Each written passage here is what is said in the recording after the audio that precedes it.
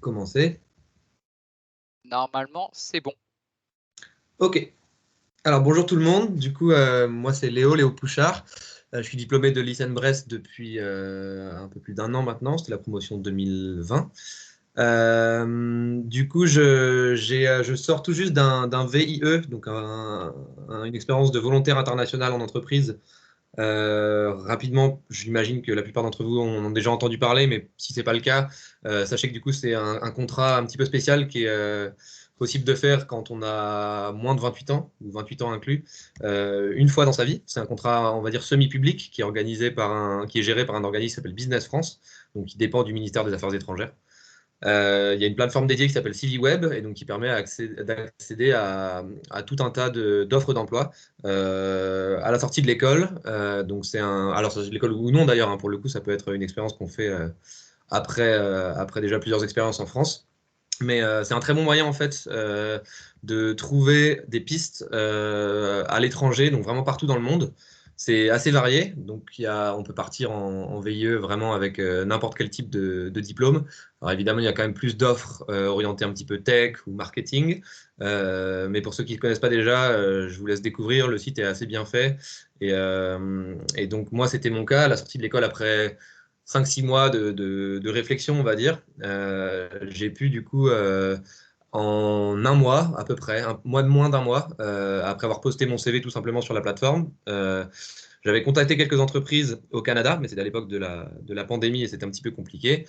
Et au final, je me suis retrouvé du coup à Stockholm, ville dans laquelle j'habite depuis un an, en tant que développeur back-end pour une petite boîte, une startup qui s'appelle Naki Power, dans laquelle en fait on proposait un service de location de batterie partagé, un petit peu sur le principe des Vélib, si ça vous parle, euh, pour que les clients, les utilisateurs puissent bénéficier de ce genre de batterie portable tout en se déplaçant. Et donc mon VIE, moi, vient de se terminer, donc ça fait un an tout pile que je suis ici. Et j'ai décidé de rester, en fait. Pour le coup, ça a été pas une décision très compliquée. Je me plais beaucoup ici. C'est une ville qui est très agréable à vivre, Stockholm. C'est un super hub de tech pour plein d'entreprises différentes. Donc là, je vais m'orienter vers le domaine de la finance, qui est quelque chose que je connais pas du tout. Mais il y a beaucoup d'opportunités, en tout cas dans les pays nordiques. Donc j'ai mis Nordics ambassadeur parce que j'ai passé un petit peu de temps au Danemark aussi, dans lesquels du coup j'ai quelques pistes éventuellement pour des stages ou même des premiers jobs. Donc ceux que ça intéresse d'en savoir un petit peu plus sur la Suède, la Norvège, Danemark et Finlande, n'hésitez pas à me contacter. Vous aurez de toute façon les moyens de nous contacter directement à la fin de cette présentation. Je ne sais pas trop combien de temps on est censé, à vrai dire, parler chacun. Je vais continuer un petit peu, mais n'hésitez pas à m'interrompre, chers collègues de What a Job, si j'empiète un petit peu. Non, vas-y, tu peux Pas de continuer, souci, t'as Léo, le temps. vas-y. Ok. Donc ouais, pour vous donner un petit peu plus de contexte, moi sur mon expérience, j'ai eu la chance de pouvoir partir 2 fois en Erasmus. Une fois à Mannheim, donc en Allemagne, où j'étais à l'époque en licence de psychologie, et une seconde fois en deuxième année de prépa, avec le partenariat que l'ISEN propose du coup dans la ville de Greenwich, dans le sud de Londres. Et là, c'était du coup, voilà, plus bon, les maths physiques et compagnie, mais c'était quand même un super bon plan, en tout cas pour éviter les devoirs du samedi matin et l'école. Voilà. Donc c'était deux expériences qui, moi, m'ont vraiment prouvé que j'étais curieux d'en savoir un peu plus et de continuer à explorer les différents pays de l'Europe. Et je savais déjà, après en tout cas ces 2 années-là, que ma première expérience professionnelle, je voulais la faire à l'étranger.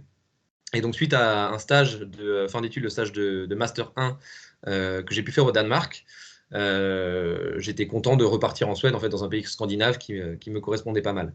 Alors, pour vous donner un petit peu une idée de comment j'avais trouvé ce stage au Danemark, parce qu'effectivement, les 2 années précédentes étaient des programmes directement proposés par nos écoles ou par l'université à l'époque. Et en fait, j'ai tout simplement tapé, je me souviens, un week-end, stage ingénieur Danemark sur Google. C'est parti de là et de fil en aiguille, en me baladant sur des forums, sur des sites dédiés comme Indeed, j'ai trouvé une offre avec un numéro de téléphone et j'ai décroché mon téléphone et j'y suis allé un petit peu au culot en disant que voilà, j'étais disponible immédiatement, que j'avais pas forcément les connaissances techniques dans les technologies qui étaient demandées pour le stage, mais que j'étais motivé pour apprendre.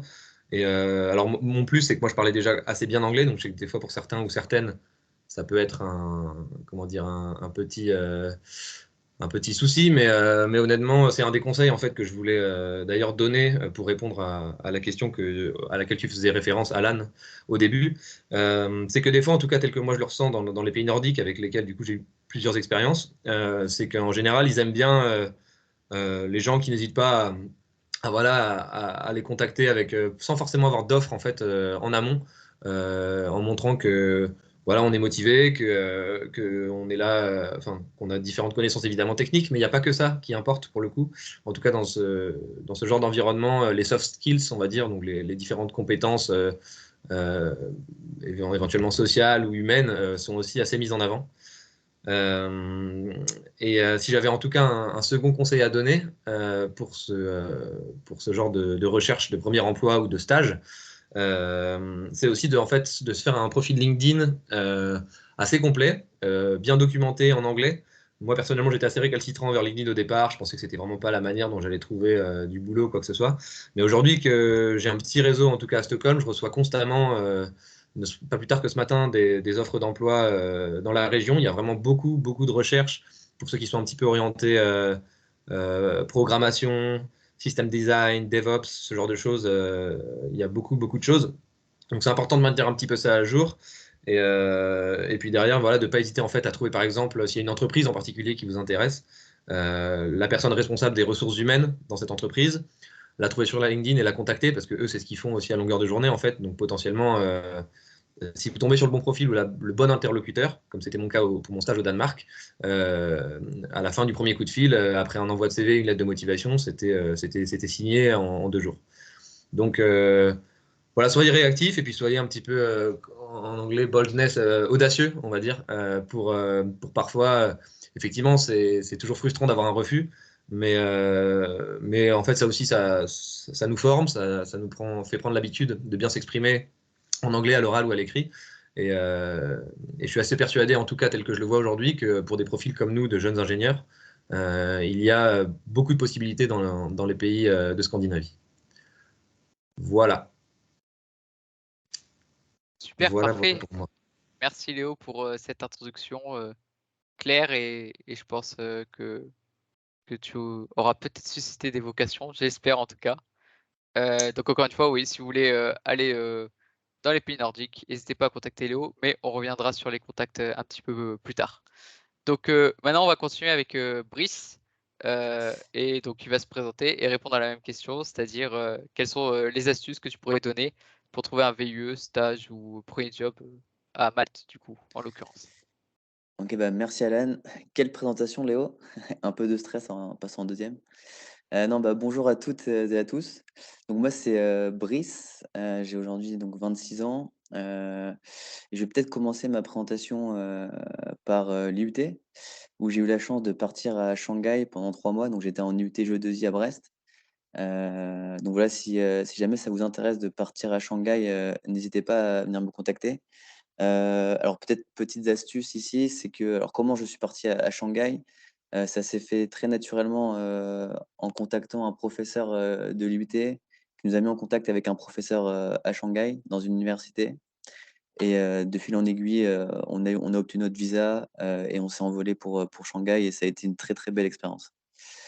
Donc ensuite, j'ai eu la chance donc, d'intégrer l'ISEN. Donc à l'ISEN dans une école d'ingénieur, je pense qu'on est pas mal, de l'ISEN sur ce webinaire. J'ai fait un parcours, par alternance pendant 3 ans où j'ai eu la chance de faire un stage de 3 mois dans une usine Nestlé Purina Petcare, donc près de Londres. Pareil, c'était une très belle expérience dans un environnement, pro. J'ai pu apprendre plein de choses, c'était pas toujours évident. Quand on rentrait dans l'usine, il y avait des accents très forts, mais c'est comme ça que ça nous forme. Ensuite, voilà, ça m'a bien donné le goût de l'aventure. Donc j'ai été diplômé en 2020, et là j'avais envie de partir, donc c'était un projet commun, et donc là, un deuxième conseil, alors là, j'ai pas attendu de rester en France pour trouver une opportunité et je me suis déplacé, donc à Prague, là où j'ai notamment connu Charlie Pimenta qui va se présenter après. Et donc là, je suis arrivé à Prague, et en 3 semaines, j'avais obtenu un travail. Donc là, un petit conseil, c'est, comment j'ai obtenu cette opportunité de travailler chez Creative Doc. J'ai tout simplement posté une demande sur un groupe, non, répondu à une demande sur un groupe Facebook de Français très actif sur Prague. Et par la suite, j'ai obtenu un entretien rapidement. Je me suis déplacé dans les bureaux de Creative Doc et ça a tout de suite matché avec Serge Dupont, que je salue. Et donc voilà, j'ai passé une très très belle expérience d'un an à Prague. Pour ceux qui connaissent, Prague, c'est une ville magnifique, pleine d'énergie, où j'ai eu la chance de faire plein de projets perso et pro. Mais on pourra en revenir après, mais si ça vous intéresse, vous pouvez taper Run for Prague. Et donc là, je vais sauter sur What a Job. Quand on fait des projets perso à l'étranger, ce qui est vraiment top, c'est qu'on se crée un réseau. On se crée un réseau pro, on se crée un réseau d'amitié, on se crée un réseau pour des nouvelles opportunités. Et c'est comme ça qu'est né What a Job. C'est en sautant d'un projet à un autre. Et c'est ça que je trouve magnifique. Aujourd'hui, je voulais un peu plus de soleil, donc je vous parle de Malte. Donc je suis spécialement à Gozo. À Malte, il y a 3 îles, il y a Comino, Gozo et Malte. Si je peux vous donner un conseil sur Malte, car avec What a Job, on a réussi aujourd'hui à envoyer 3 étudiants à Malte. Il y a une agence qui s'appelle Oh My Up, mais vous pourrez me contacter après par la suite si ça vous intéresse d'aller sur Malte. Donc voilà, s'il y a un bon contact sur Malte, c'est Oh My Up. Après, pareil, il y a des groupes Facebook qui sont très actifs. Là, on a 3 étudiants de l'ESN Brest qui ont écrit un message sur un groupe Facebook. Dans la semaine, elles ont obtenu un entretien et elles s'envolent pour Malte dans quelques semaines. Donc voilà, moi, ce que j'aime faire, sinon, c'est lire et courir. Donc c'est un peu bateau comme phrase. Et je finirai par ma petite phrase fun fact, What a life. Je pense que What a Job est parti de What a life. Donc voilà, vivez votre vie et puis on verra bien. Donc voilà, Alan, pour ma petite présentation. Parfait, merci beaucoup, Brice. Du coup, oui, j'en profite pour dire si vous avez des questions sur l'un des participants en particulier ou sur une de ces expériences, n'hésitez pas à lever la main et pareil, on vous donnera la parole. Donc, pour continuer cette présentation, on va passer à Antoine Parent qui va nous expliquer un peu sa vie et sa vision des choses et surtout nous donner des astuces pour trouver un job ou un VIE là où tu es, donc en Espagne, je crois. Yes, exactement. Merci Alan pour cette petite introduction. Donc ouais, je suis Antoine Parent, j'ai 24 ans, aussi diplômé de l'ISEN, mais moi plutôt sudiste, moi, du coup, parce que j'étais diplômé de l'ISEN Toulon en 2021 avec notre cher maître de cérémonie Alan Duet. Donc on vient de la même promo. Moi, je vais commencer un peu par mon parcours, mais rapidement, hein. J'ai fait l'ISEN en parcours vraiment classique, en CIR à l'époque pour les jeunes d'entre nous, ça s'appelle plus le CIN maintenant, je crois, à l'ISEN Toulon. Donc, enfin voilà, plutôt cursus informatique général. J'ai eu beaucoup l'occasion, enfin j'estime que c'est beaucoup, mais j'ai pas mal l'occasion de partir à l'étranger pendant mes études aussi.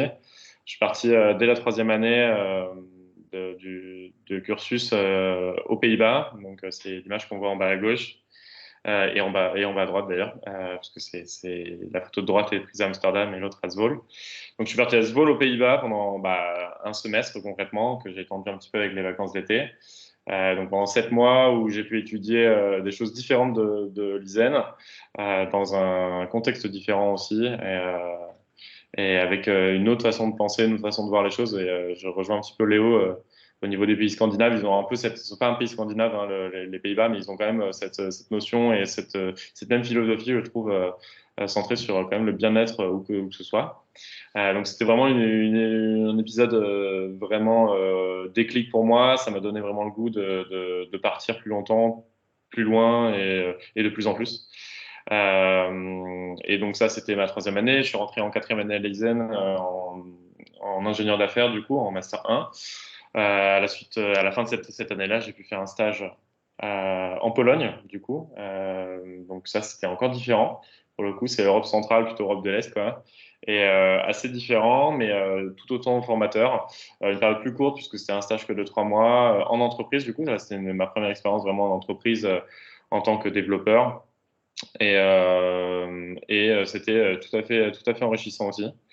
Et en fait, à partir de ce moment-là, je me suis dit que je voulais pas forcément rester en France du tout. Donc du coup, je suis parti directement après. Je suis même pas rentré à l'ISEN à la suite de ça. Je suis parti directement aux Pays-Bas, n'importe quoi, pardon, en Écosse, au Royaume-Uni, à Édimbourg plus précisément, en année de césure. Donc en fait, j'ai fait une année de pause dans mes études, bon, pour étudier un peu plus, parce que l'ISEN proposait des partenariats en double diplôme, mais les cursus ne me correspondaient pas. Enfin, en tout cas, c'est pas ce que je voulais faire. C'était des cursus très techniques en informatique ou électronique. Et moi, vous allez vite le comprendre, je suis plutôt orienté ingé business, quoi. Donc, je suis parti à l'université d'Heriot-Watt, donc à Édimbourg, et pour passer ce qui devait être à la base à peu près 13 mois, 13-14 mois. C'est transformé en plutôt 8 mois à cause du Covid, parce que c'est donc sur la période 2019-2020. Du coup, ça a été assez raccourci, mais j'ai quand même pu bien profiter de la vie écossaise qui est vraiment géniale aussi, différente de mes deux précédentes expériences. Après, mon expérience rapprochait beaucoup d'un Erasmus, hein, on était en études, dans une université, logée sur le campus avec les étudiants et beaucoup d'internationaux. C'est ça qui était bien aussi. Donc, c'est vrai que ça avait le même feeling que l'Erasmus. Et donc, c'était tout à fait euh, enfin, bon, quoi, très bien. À la suite de ça, je suis rentré du coup pour finir mon master à l'ISEN quand même. Et là, je suis rentré en alternance, donc en business management, dans une ESN qui s'appelle AK. Donc ça, c'était très formateur pour moi. C'était ma plus grosse. Enfin, j'ai une autre expérience en ce moment, mais c'était pour l'instant ma plus grosse expérience professionnelle, hein, parce que avant mon diplôme. Donc business management qui m'a permis de vraiment découvrir aussi mes passions, c'est-à-dire le business development, l'aspect plutôt commercial de l'ingénieur. Ça, c'était très formateur. C'était en France, par contre, pour le coup. Et donc, c'est pour ça qu'à la suite de ça aussi, j'ai choisi de partir en VIE. Donc, je suis également en VIE, un de plus, donc en Espagne, donc basé à Madrid. Je vous appelle de Madrid, je suis chez moi, mais je suis à Madrid. Je travaille pour Thales DIS, donc la branche orientée plutôt digitale de Thales, digital civil chez Thales. Et aujourd'hui, je fais de l'innovation. Donc, concrètement, qu'est-ce que je fais chez Thales? Je gère des processus d'innovation, je mets en place des processus, des programmes pour les employés de l'entreprise, je les gère avec ma manager. Et ces programmes sont voués à toucher environ 2500 personnes, donc ça fait du beau monde. Donc il y a du taf, mais c'est cool. Donc c'est très très peu technique pour le coup, enfin technique entre guillemets, je dirais programmation, etc. Mais voilà, ça me correspond, donc c'est cool. Si je peux répondre un peu à la question d'Alan, quel conseil je pourrais vous donner? Je pense que Léo a donné de très très bons conseils déjà, et je donnerai un peu les mêmes en fait. C'est de se lancer, il faut pas avoir peur. J'avoue que moi, quand j'étais au lycée par exemple, j'avais pas forcément, déjà je parlais pas bien anglais du tout. J'étais pas du tout scolaire, enfin j'aimais pas ça, j'aimais pas mes profs de langue, etc. Je voulais vraiment pas progresser dans ces trucs-là. Et en fait, de fil en aiguille, arrive la terminale et tout ça, je me suis dit, bah, finalement, si, peut-être se focus un peu sur l'anglais. Je commençais à regarder des séries, etc. Et je me suis dit, tiens, en fait, l'anglais, ça n'a pas l'air si compliqué que ça. Et du coup, je me suis mis, franchement. Et je pense que, donc, du coup, j'ai eu mon niveau B2 dès la deuxième année de l'ISEN, donc en 2017, ce qui m'a permis directement de partir en Erasmus. C'est ça, donc honnêtement, je pense que le premier conseil que je donnerais, c'est travailler votre anglais, travailler une deuxième langue de façon générale. L'anglais, c'est vrai que ça ouvre plus de portes. Encore une fois, si vous êtes passionné d'allemand, allez pour l'allemand. Enfin, je veux dire, il n'y a aucun problème, quoi. Le mandarin, bon, d'autant plus, du coup. Donc, faut pas hésiter déjà à potasser une deuxième langue. Ça, je pense que c'est primordial. Et ensuite, faut avoir un petit peu le goût de l'aventure. Je sais que moi, ça me faisait peur au début de me lancer en Erasmus, etc. Surtout tout seul, quoi, au début. Mais au final, ce que j'en retire, c'est que du positif, ou en tout cas quasiment. Donc franchement, je pense que c'est tout bénef. Il ne faut vraiment pas avoir peur de se lancer. Et en plus, bah, justement, si vous pouvez vous encadrer aussi de personnes, je dis pas ça pour nous, What a Job, mais si un petit peu quand même, mais vous entourer aussi des personnes qui sont parties à l'étranger, vous basez sur les expériences des autres aussi, sans forcément faire exactement la même chose qu'eux, mais se baser sur les gens qui sont partis, qui savent un petit peu, pour vous donner les bons conseils et éviter toutes mes aventures. Ça peut arriver, hein, on n'est pas à l'abri non plus. Après, en Europe, on est quand même relativement safe, mais ça peut arriver quand même, on ne sait jamais.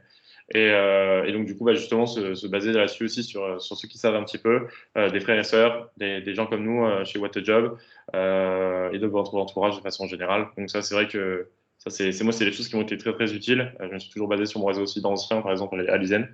Toujours poser un peu des questions à droite à gauche sur ceux qui étaient partis. Et c'est vrai que ça m'a beaucoup rassuré. Une fois qu'on est dedans, de toute façon, souvent, ça va mieux, ça va mieux. On n'a plus peur. Voilà. Et donc moi aujourd'hui, j'ai le goût complètement de l'international. Je vois pas du tout ma vie en France. Donc c'est vrai que voilà, je suis complètement mordu. Et c'est pour ça que je suis là aussi, je fais partie de cette aventure. C'est pour vous partager ça et pour pouvoir vous accompagner aussi dans vos rêves là-dedans. Et voilà, tout simplement. Et pour finir un peu sur mon fun fact, du coup, je voulais juste, du coup, j'ai enlevé le petit floutage de background là. Hop. Et du coup, je sais pas si, apply, voilà. Du coup, je sais pas si on voit bien, mais j'ai mon poisson qui est juste là. Bon, il est tout petit, donc il est timide en plus. Là, je sais pas où il est, il dort. Mais j'ai mon petit poisson rouge, du coup, qui est un combattant, qui s'appelle Jean-Claude Van Damme. Donc, il est là. Donc, il vous fait coucou aussi. Donc, ça, c'était un peu mon fun fact. Donc, oui, j'aime beaucoup les plantes aussi. Donc, j'ai des plantes, des animaux chez moi à foison. Et voilà, tout simplement. Donc, merci beaucoup de votre écoute. Et puis, si vous avez des questions, n'hésitez pas, quoi. Super. Merci beaucoup, Antoine, d'avoir partagé ta vie un peu avec nous. On va continuer avec Charlie. Charlie qui va nous raconter sa vie passionnante et trépidante, et notamment son expérience en République tchèque. Merci Alan. La tâche n'est pas facile de passer après Antoine et Jean-Claude Van Damme, mais on y va. Du coup, je m'appelle Charlie Pimenta, j'ai 26 ans. Je suis originaire de Montluçon, mais d'une famille assez internationale. Du côté de mon père, c'est portugais, du côté de ma mère, c'est espagnol, donc on a un peu des racines latines. Pour autant, je viens du centre de la France, une petite ville qui s'appelle Montluçon, 40 000 habitants. Je suis resté 19 ans. Et à partir de 19 ans, je suis parti à l'étranger. Et ça fait 5 ans que ça dure. Et ça fait 5 ans que c'est spécial tous les jours quand on est à l'étranger. Du coup, moi, mon expérience à l'étranger, elle a commencé aussi dans le cadre universitaire. Donc, j'ai fait un IUT, mais un IUT, on va dire, un peu plus business. C'était un IUT technique de commercialisation. Puis, on avait la possibilité, à la fin de la deuxième année, de pouvoir partir à l'étranger via des partenariats d'entreprise avec d'autres universités. Il y avait parmi ces partenariats beaucoup d'universités un petit peu classiques. On partait en Allemagne, on partait en Espagne, donc des super pays. On partait en Irlande aussi, mais des pays qui, pour moi, j'avais l'impression que ça ne me sortait pas réellement de ma zone de confort. Et il y avait un pays en fin de liste qui était la Roumanie, qui m'a fait un peu un appel de phare. Et j'ai dit, OK, on va commencer à s'intéresser. Et en fait, comment je me suis intéressé, j'ai contacté quelqu'un qui était déjà allé. C'est vrai qu'il y a un mot qui est fort sur chacune des slides, c'est le mot ambassadeur. En fait, ce qui est derrière ambassadeur, c'est quelqu'un qui puisse représenter une expérience, quelqu'un qui puisse partager des émotions, des feedbacks. Et donc, j'ai contacté, entre guillemets, mon ambassadeur qui s'appelait Alexis, qui avait passé 1 an en Roumanie, qui m'a justement parlé de son expérience, super transparente, ce qui a marché, ce qui n'a pas marché, son ressenti. Et moi, je me suis vachement identifié à cette expérience et je me suis dit, il y a tous les éléments, tous les ingrédients de la recette magique pour passer une bonne année. J'ai postulé, j'y suis allé, et puis là, c'était le début de l'aventure. Donc, c'est vrai qu'il y a la notion d'anglais qui est apparue sur pas mal de témoignages. Pour le coup, je suis arrivé avec un niveau d'anglais, entre guillemets, claqué au sol. C'était super compliqué au début. Mais c'était le premier gros chantier sur lequel il a fallu travailler. Puis, du coup, c'est en dehors de sa zone de confort dès le jour 1. Et ça a été génial. Donc, l'expérience en Roumanie se passe, un an d'Erasmus. C'est vrai que c'est lié aussi à un fun fact. Les codes de conduite, bien qu'on soit en Europe, ne sont pas forcément les mêmes. Pour le coup, je suis arrivé, puis le jour ou deux, je commence à faire la bise à une fille qui s'était assise à côté de moi parce qu'on avait un peu sympathisé. Je me suis très vite rendu compte que la bise, n'était pas le geste approprié dans les pays d'Europe de l'Est. Donc, il faut réadapter un peu son code de conduite et puis s'adapter. Et puis, à la suite de ça, j'ai décidé, un peu comme Antoine, je pense que j'ai été mordu et j'ai décidé de continuer à traverser l'Europe et de ne pas revenir en France directement. L'Europe de l'Est, c'est super, c'est très, très dynamique. À 19 ans, il y avait déjà 4 étudiants qui avaient créé leur entreprise, mais au niveau des conditions sociales, il faut y réfléchir aussi, c'est un petit peu compliqué. Donc, j'ai décidé de regarder en Europe centrale qu'est-ce qu'il y avait. Donc, on pouvait compter l'Allemagne, l'Autriche, etc., la Pologne. Et j'ai regardé la République tchèque. Prague m'a fait un appel de phare. J'ai commencé à postuler pour une université. J'étais accepté et ça fait 4 ans que ça dure maintenant. Donc, j'ai fait mon master là-bas. Et puis, de fil en aiguille, c'est vrai que quand on parle à l'étranger, il y a aussi la notion d'aspect financier qui compte. Il faut en parler. En parallèle de mes études, très vite, j'ai voulu avoir un job étudiant de façon à ce que je puisse faire 20 heures par semaine et puis voilà, commencer à payer mon loyer par moi-même, être indépendant, tout ça. Et en fait, ce job étudiant, j'ai eu la chance de commencer chez Accenture en tant que business analyst. Donc dans le monde du consulting, mais pour le coup, j'avais un job qui était un petit peu moins sexy. Je devais créer des rapports financiers pour une entreprise automobile qui était basée en Suède. Donc voilà, on connecte un peu les ponts. L'Europe, c'est un joli monde connecté. Et puis, j'ai lancé à Prague ma propre initiative où tous les mois, j'organisais des événements professionnels avec différents speakers. Et un des speakers a été mentionné par Brice, il s'appelait Serge Dupont. Donc Serge Dupont, en fait, il a recruté Brice, puis il m'a aussi recruté à Creative Doc. Donc voilà. Qu'est-ce que je fais à Creative Doc? J'occupe la position de project manager depuis 2 ans et demi. Donc en fait, je coordonne des projets tech sur différents pays. Donc on a lancé une startup en France, là on travaille sur une solution en Suisse, et avant on travaillait pour Avast, les antivirus. Donc c'est super, super international. En hobby, sport, lecture, et puis aussi j'ai commencé à enseigner à mon université précédente, à mon IUT. Donc j'enseigne la gestion de projet, et c'est une expérience fantastique. Du coup, on travaille pas mal aussi, votre job, on travaille pas mal avec l'université Tech de Co, l'IUT. On a envoyé notamment 3 étudiants à Prague. Donc c'est top, vous voyez Juliette sur la photo en bas à droite. Donc c'est une stagiaire de 19 ans, Tech de Co, qui vient d'arriver à Prague et elle s'éclate. Et on va revenir un petit peu sur les conseils. Le conseil, je pense qu'il est lié aussi au fun fact de jouer à FIFA Creative Doc avec Brice. En fait, c'est de rester en mouvement. Je pense que si vous avez le désir ou si vous êtes du moins sur ce call, c'est que vous avez une curiosité par rapport à l'étranger. C'est déjà un bon mouvement en fait de s'informer. Et le plus vous restez actif tous les jours, le plus de choses il va se passer. Et je pense qu'on peut rebondir sur tous les bons conseils qui ont été donnés précédemment.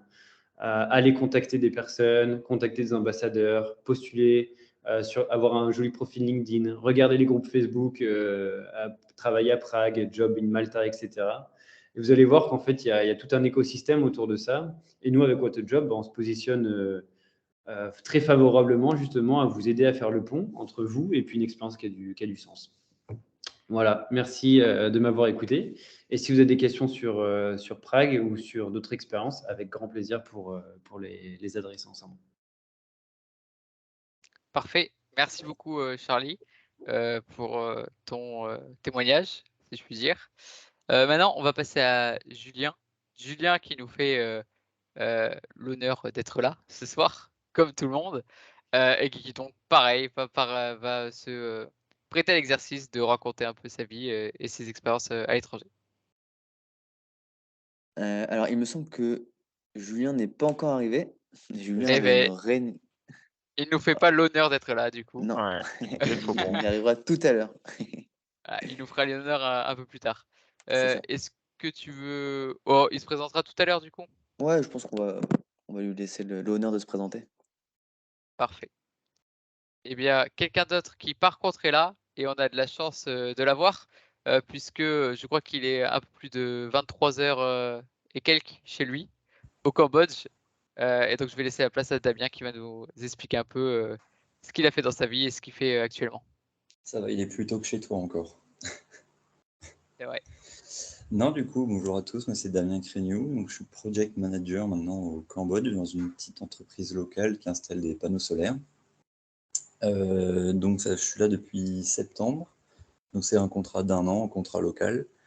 Avant ça, du coup, j'ai fait l'IUT génie électrique, enfin GE2I avec Brice à Brest, et après j'étais à l'ISEN, du coup, avec Brice aussi en alternance pendant 3 ans.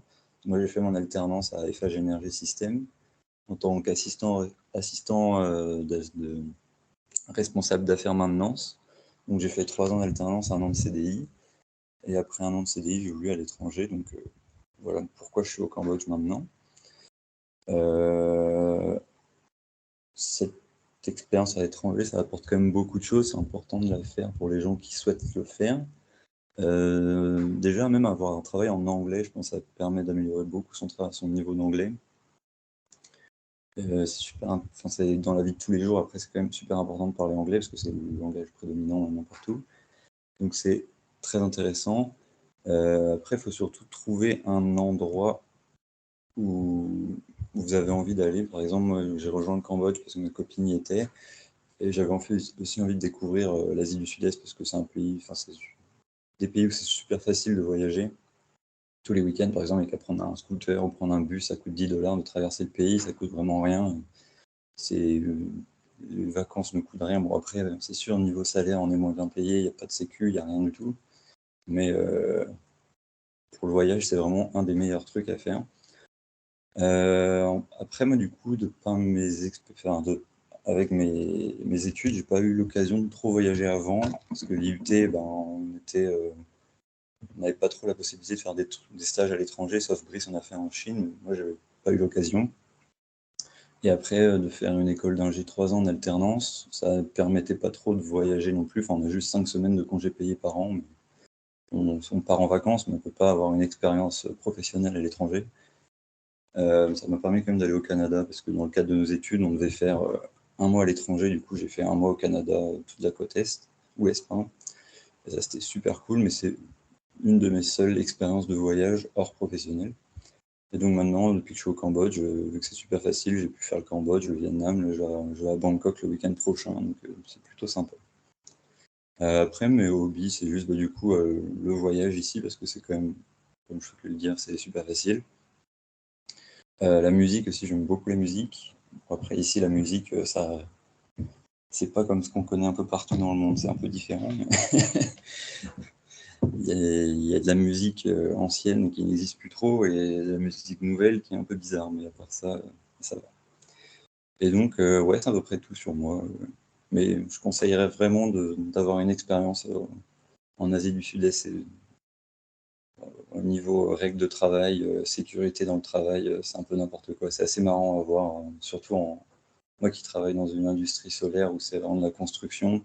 Des fois, voir comment ça se passe, ça fait un peu peur, faut fermer les yeux, mais faut pas travailler en HSE, quoi. Je dirais. Mais voilà, c'est à peu près tout pour moi. Super, merci beaucoup Damien. Et du coup, je vais finir.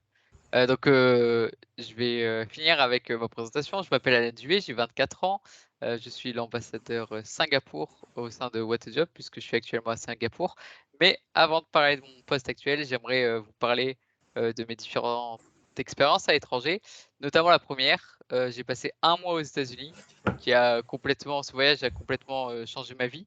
Donc j'y suis allé pour prendre des cours d'anglais, puisque comme la plupart de mes collègues ici, eh bien, quand on est jeune français, on parle pas bien anglais et donc il faut se former, il faut trouver des moyens de se former et donc partir 1 mois, dans un pays anglophone comme les États-Unis, c'est vraiment, formateur et ça fait progresser énormément en anglais. Donc je suis parti 1 mois seul aux États-Unis, donc c'était une vraie expérience aussi, pour moi-même puisque j'étais confronté, à tout un tas de problèmes, surtout avec un peu la barrière de la langue. Donc j'ai fait New York, Washington et Memphis. Donc ce voyage vraiment, ça m'a, ouvert les yeux. Ça m'a ouvert les yeux sur le monde, sur les différences de culture, puisqu'en fait, durant mes cours d'anglais, j'étais, avec, des gens de partout dans le monde qui étaient venus aussi pour apprendre l'anglais.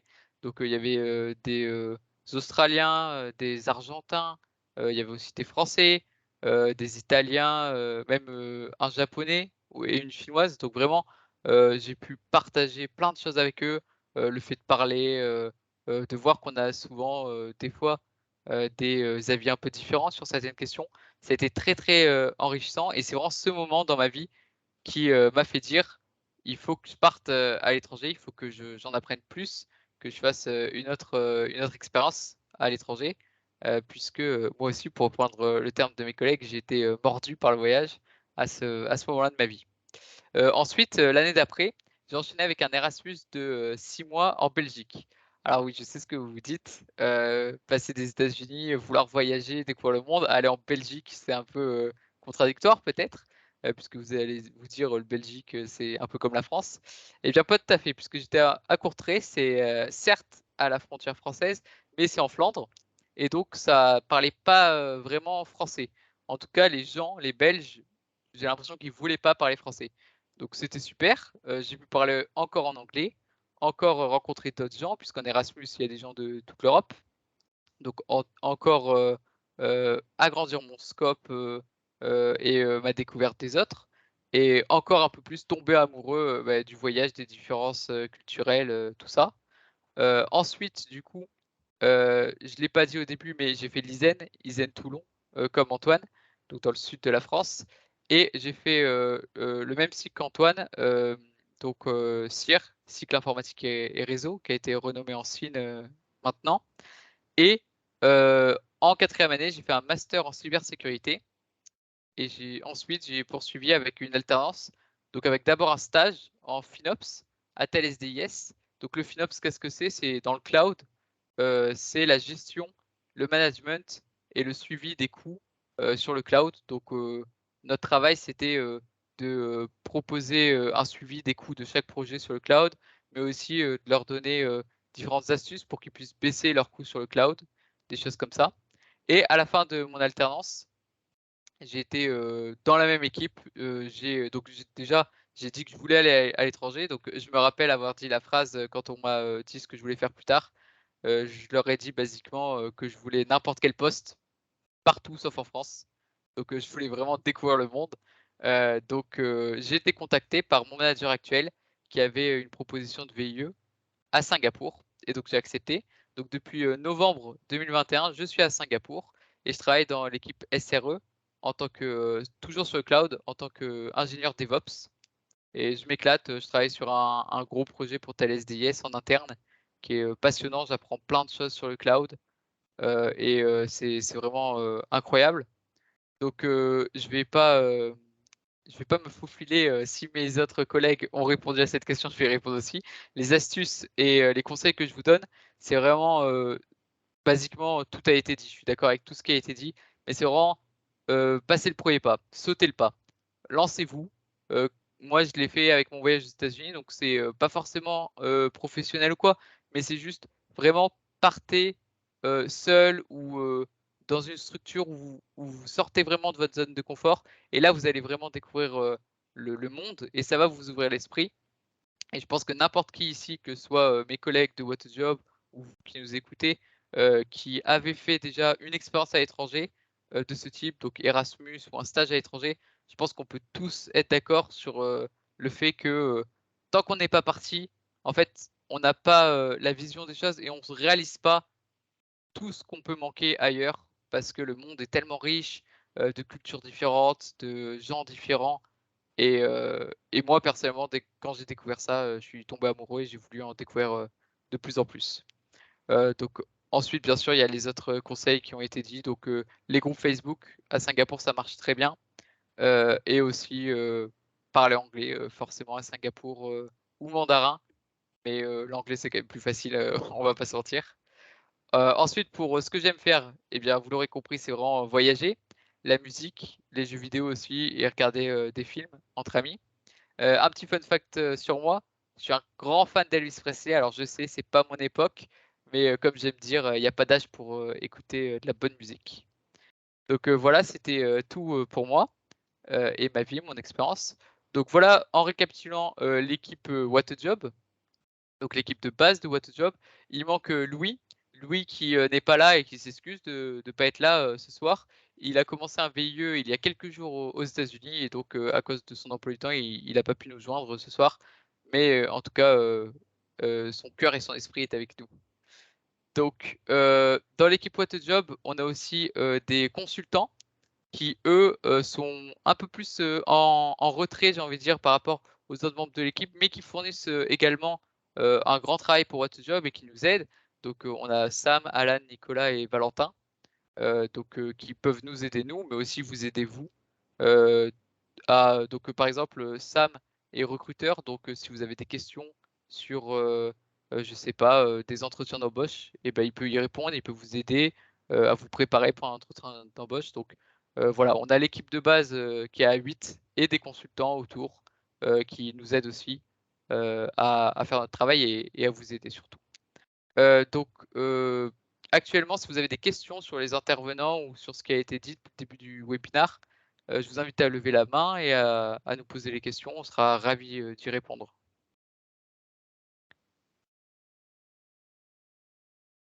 Donc n'hésitez pas, je vais continuer, mais n'hésitez pas si vous avez une question, il n'y a pas de souci, on y répondra dès qu'elle arrive. Donc maintenant, on va vous présenter notre impact et pour présenter notre impact, Brice va prendre la parole.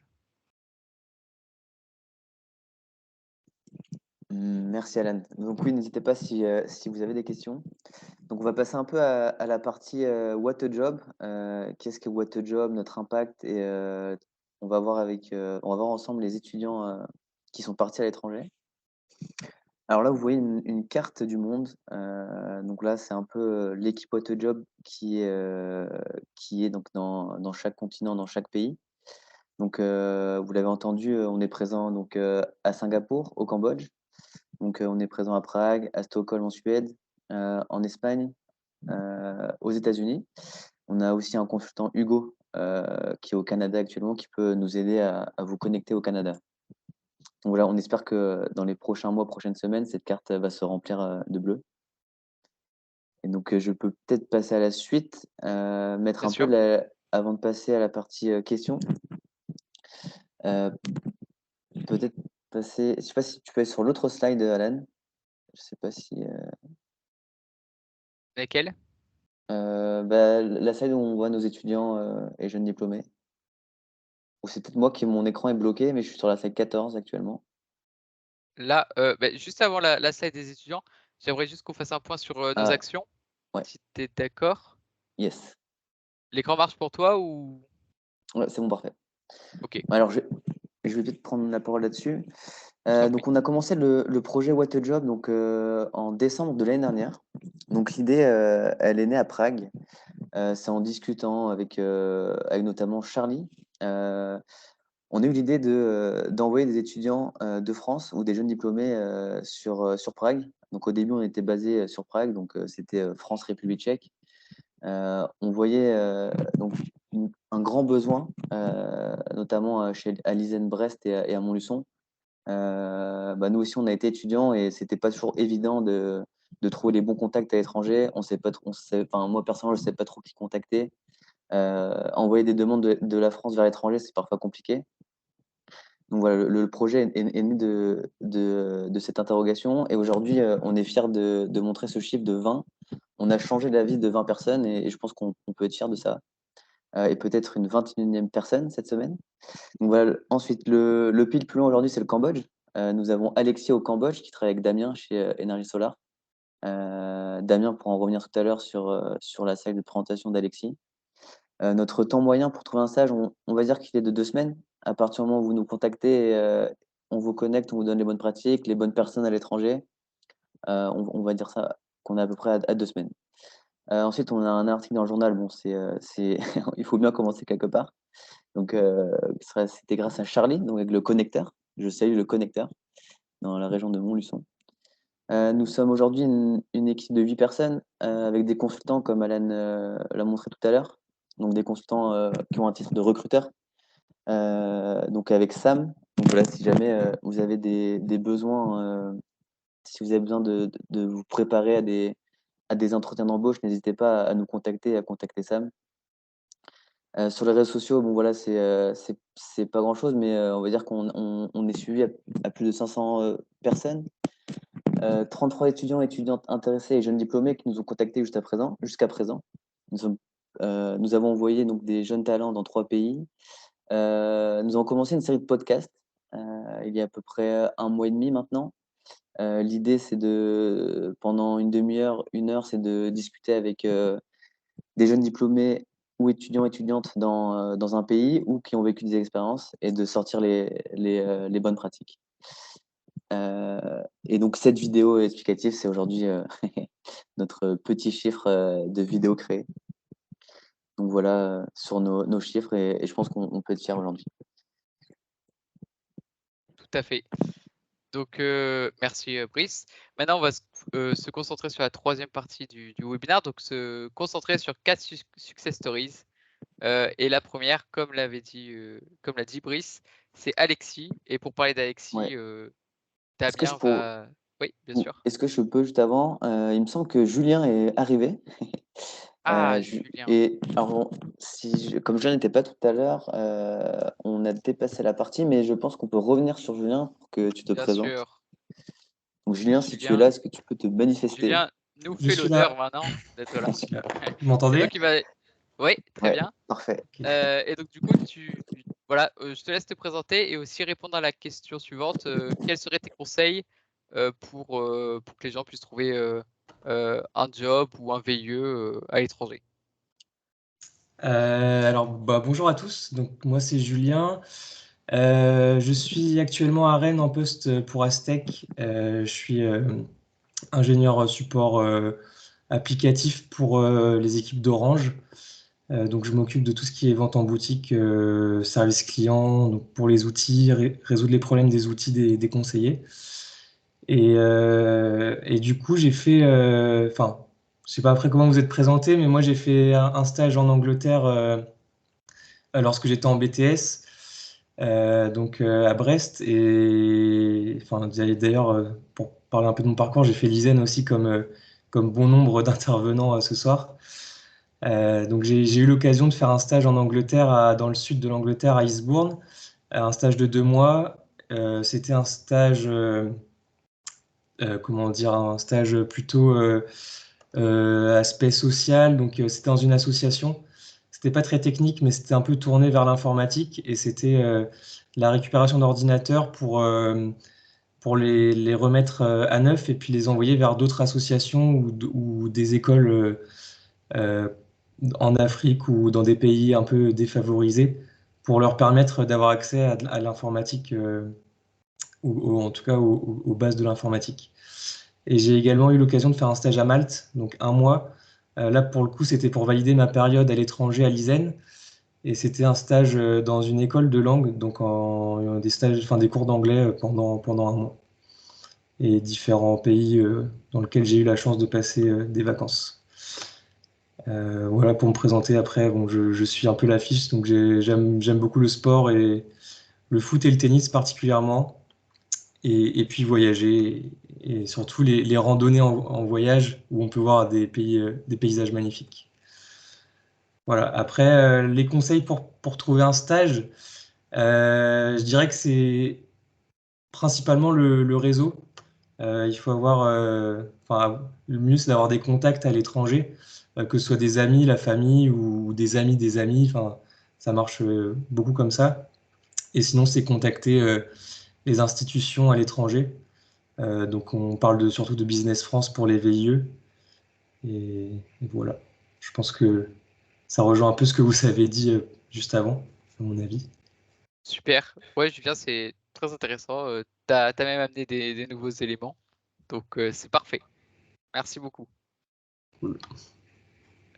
Du coup, on va peut-être continuer avec là où on s'en est arrêté avant que tu arrives. Donc, avec la troisième partie de ce webinaire sur le focus sur 4 success stories.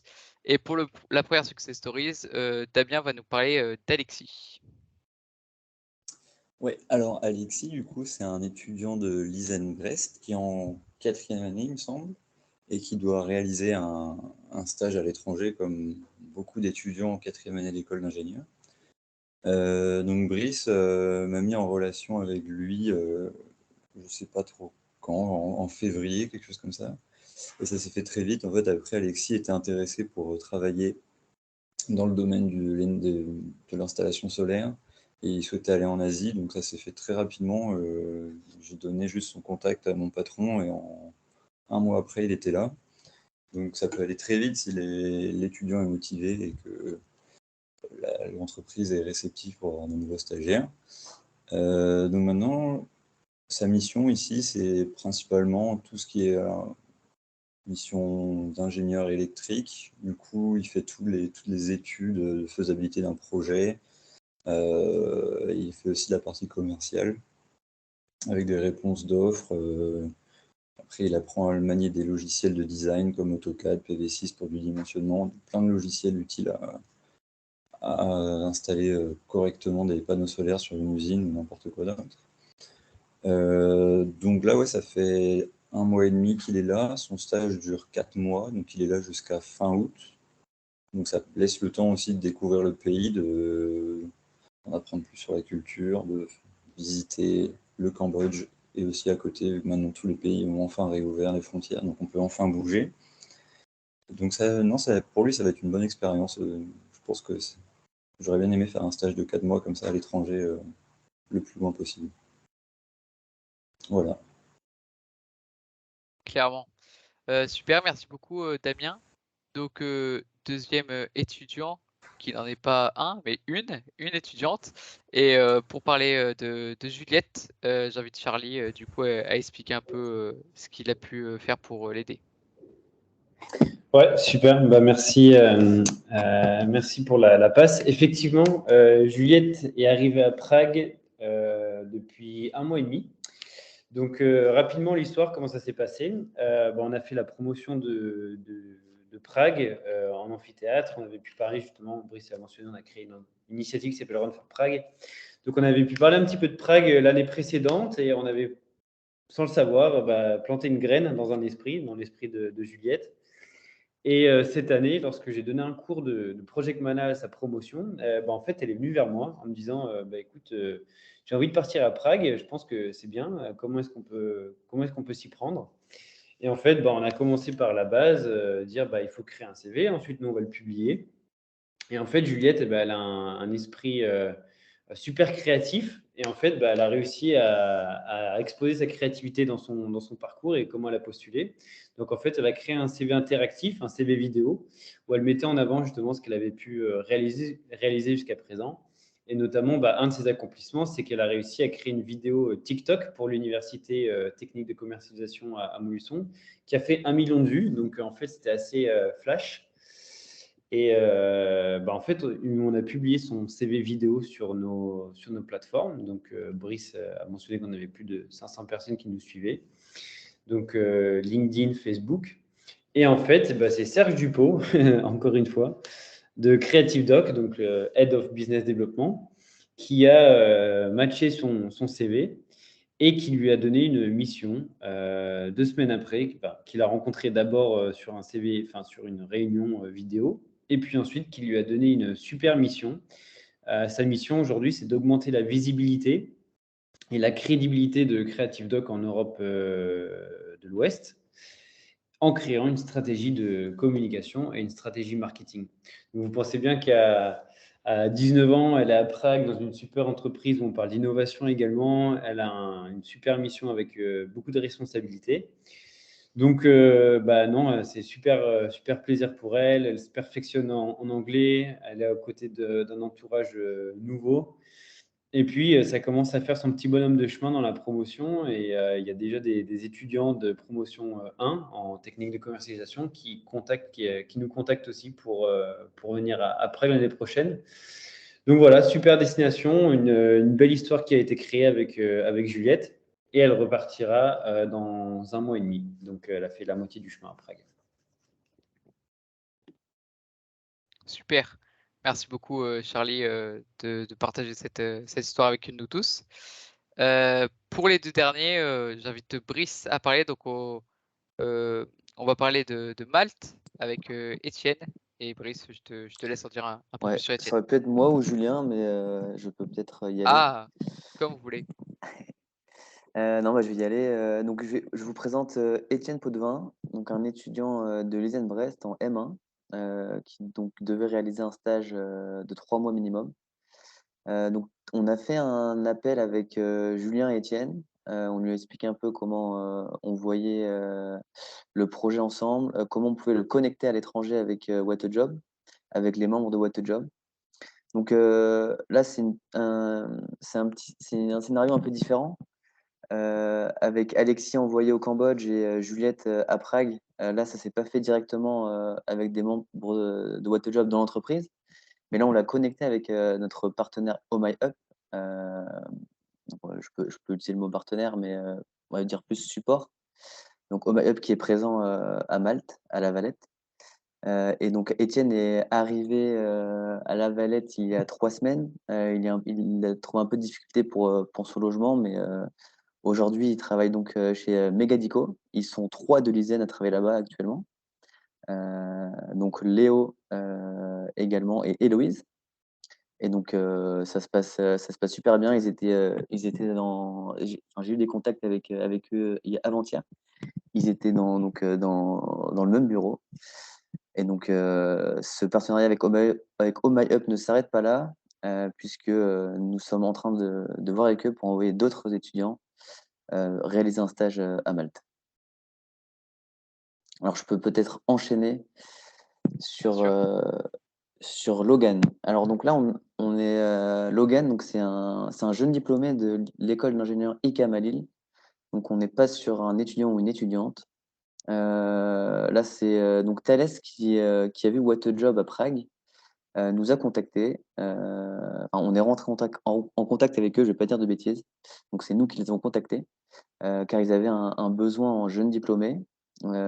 Très vite, donc Nicolas, un de nos membres, un peu consultant, a contacté sa promo. On a très vite reçu plus d'une dizaine de CV. Et très vite, Logan s'est démarqué lors des entretiens. Et aujourd'hui, donc je crois qu'il y avait une période de travail à Paris. Et je crois que Logan est actuellement à Thalès, à Prague, donc à l'heure où je vous parle. Donc avec un très beau pack d'expatriation, et je pense que ça va être une super expérience pour Logan à Thalès. Et donc c'était une offre en cybersécurité. Donc voilà un peu pour nos 4 success stories, comme tu le dis si bien, Alan. Merci. Merci d'avoir partagé ces histoires avec nous. On va passer sur l'avant-dernière partie de ce webinaire avant de passer, enfin la dernière avant de passer aux questions. Donc le package What a Job, donc là c'est plus ce que nous on propose aux étudiants, aux jeunes diplômés qui viennent nous voir et qui ont besoin, qui cherchent notre aide. Donc ce qu'on propose, c'est tout d'abord de faire un entretien individuel avec la personne. Donc quand elle nous contacte, on verra un petit peu plus dans la partie questions comment nous contacter, mais on a un adresse mail sur les réseaux sociaux. Vous pouvez nous contacter sur LinkedIn, nous en tant que personne, ou on a aussi un formulaire de contact. Et donc quand on va avoir quelqu'un qui nous contacte, on va faire un entretien individuel avec la personne. Donc il va y avoir peut-être un seul membre de What a Job ou plusieurs. Et tout d'abord, on va écouter vos envies. Donc, qu'est-ce que vous avez envie de faire? Pourquoi? Donc, dans quel secteur? Dans quel pays? On va répondre aussi à vos questions si vous en avez, puisque voilà, l'aventure de l'expatriation, même pour une courte période, 6 mois si vous partez en stage, par exemple, ou même 1 mois ou 2 mois, ça peut soulever des questions, ça peut faire peur aussi. Donc, on va pouvoir aussi peut-être vous rassurer, vous donner les bons contacts. On va aussi donc établir ensemble une stratégie pour réaliser vos objectifs. Et la stratégie comporte plusieurs points. Donc, on va vous donner déjà les contacts clés dans le pays où vous voulez aller. Donc, contacts clés, ça peut être par exemple les groupes Facebook, Business France, on en a parlé, mais pas que. On a aussi d'autres types de contacts qu'on peut vous donner. Ensuite, quand on sera d'accord entre ce que vous voulez faire, on va créer des templates comme vous pouvez le voir à l'écran avec les images, avec votre photo, ce que vous avez envie, donc quand est-ce que vous voulez partir, quel pays, quel type de job, la durée, etc. Et on va les poster sur nos réseaux sociaux. Donc nos réseaux sociaux, c'est LinkedIn, Instagram, Facebook. Et grâce à ça, on espère, et en tout cas c'est ce qu'on a pu constater jusqu'à maintenant, que ça vous donne de la visibilité puisqu'on a environ 500 followers, c'est ce que disait Brice au début de la présentation, qui donc vous donne de la visibilité. Et en plus, avec des reposts que vous pouvez faire sur différents groupes Facebook du pays qu'on vous aura mentionné, ça peut aussi vous aider. D'ailleurs, j'ai une petite histoire avec ça. Et avant-hier, on a un étudiant qui veut aller à Singapour. Il a posté, donc on lui a posté son CV, il a reposté sur le groupe Facebook des Français expatriés à Singapour. Et en 10 minutes, il s'est fait contacter et mardi prochain, il a un entretien d'embauche donc pour travailler à Singapour. Donc ça va très très vite sur les réseaux sociaux. Et donc nous, on veut tirer la puissance des réseaux sociaux pour vous aider, vous aider à trouver le job ou le stage de vos rêves dans le pays de votre rêve. Ensuite, on va activer aussi des contacts du réseau What a Job. Donc on a parlé ici, on voit qu'on est tous dans des pays différents, dans des entreprises différentes. Donc on a nos propres contacts qu'on met à votre disposition, qu'on va activer pour vous aider. On fait aussi du coaching individuel. Donc coaching individuel, c'est-à-dire qu'on peut vous aider, comme on l'a dit aussi, à faire un CV, mais aussi à regarder votre LinkedIn, on peut aussi vous entraîner avec les entretiens d'embauche. Donc on a dit Sam qui est un recruteur qui peut vous aider à faire ça. On peut vous donner des conseils par rapport au pays, puisque on sait que selon les différences culturelles, eh bien, il y a des choses à faire et à ne pas faire. Donc tout ça, on peut vous aider. Et ce coaching est là du début. Donc dès que vous nous contactez, pendant votre expérience sur place et jusqu'à la fin, c'est-à-dire si vous avez des problèmes, vous pouvez toujours nous contacter et on est là vraiment pour vous aider. Et enfin, il y a une partie conseil sur votre nouvelle vie. Donc, comment trouver un logement, le prix des logements, le prix de la vie sur place, les démarches pour le visa, comment ça se passe pour ouvrir un compte, s'il faut ouvrir un compte, ou alors est-ce que N26 ou les comptes, les banques en ligne comme ça européennes, ça suffit. Voilà, les activités à faire aussi, parce que vous êtes là pas que pour travailler, il y a aussi des moments de détente. Donc, qu'est-ce qu'il y a à faire dans le pays et aux alentours. Donc voilà, ça c'est le package qu'on offre pour vous aider et pour donc du coup vous aider à trouver le job ou le stage de vos rêves. Donc voilà, maintenant on va passer aux questions. Je vois, ah non, que c'est Brice qui lève la main. Ouais, Tu avais quelque chose à rajouter? ouais, juste rajouter quelque chose sur les 500 followers, juste pour nuancer un peu le propos. Oui.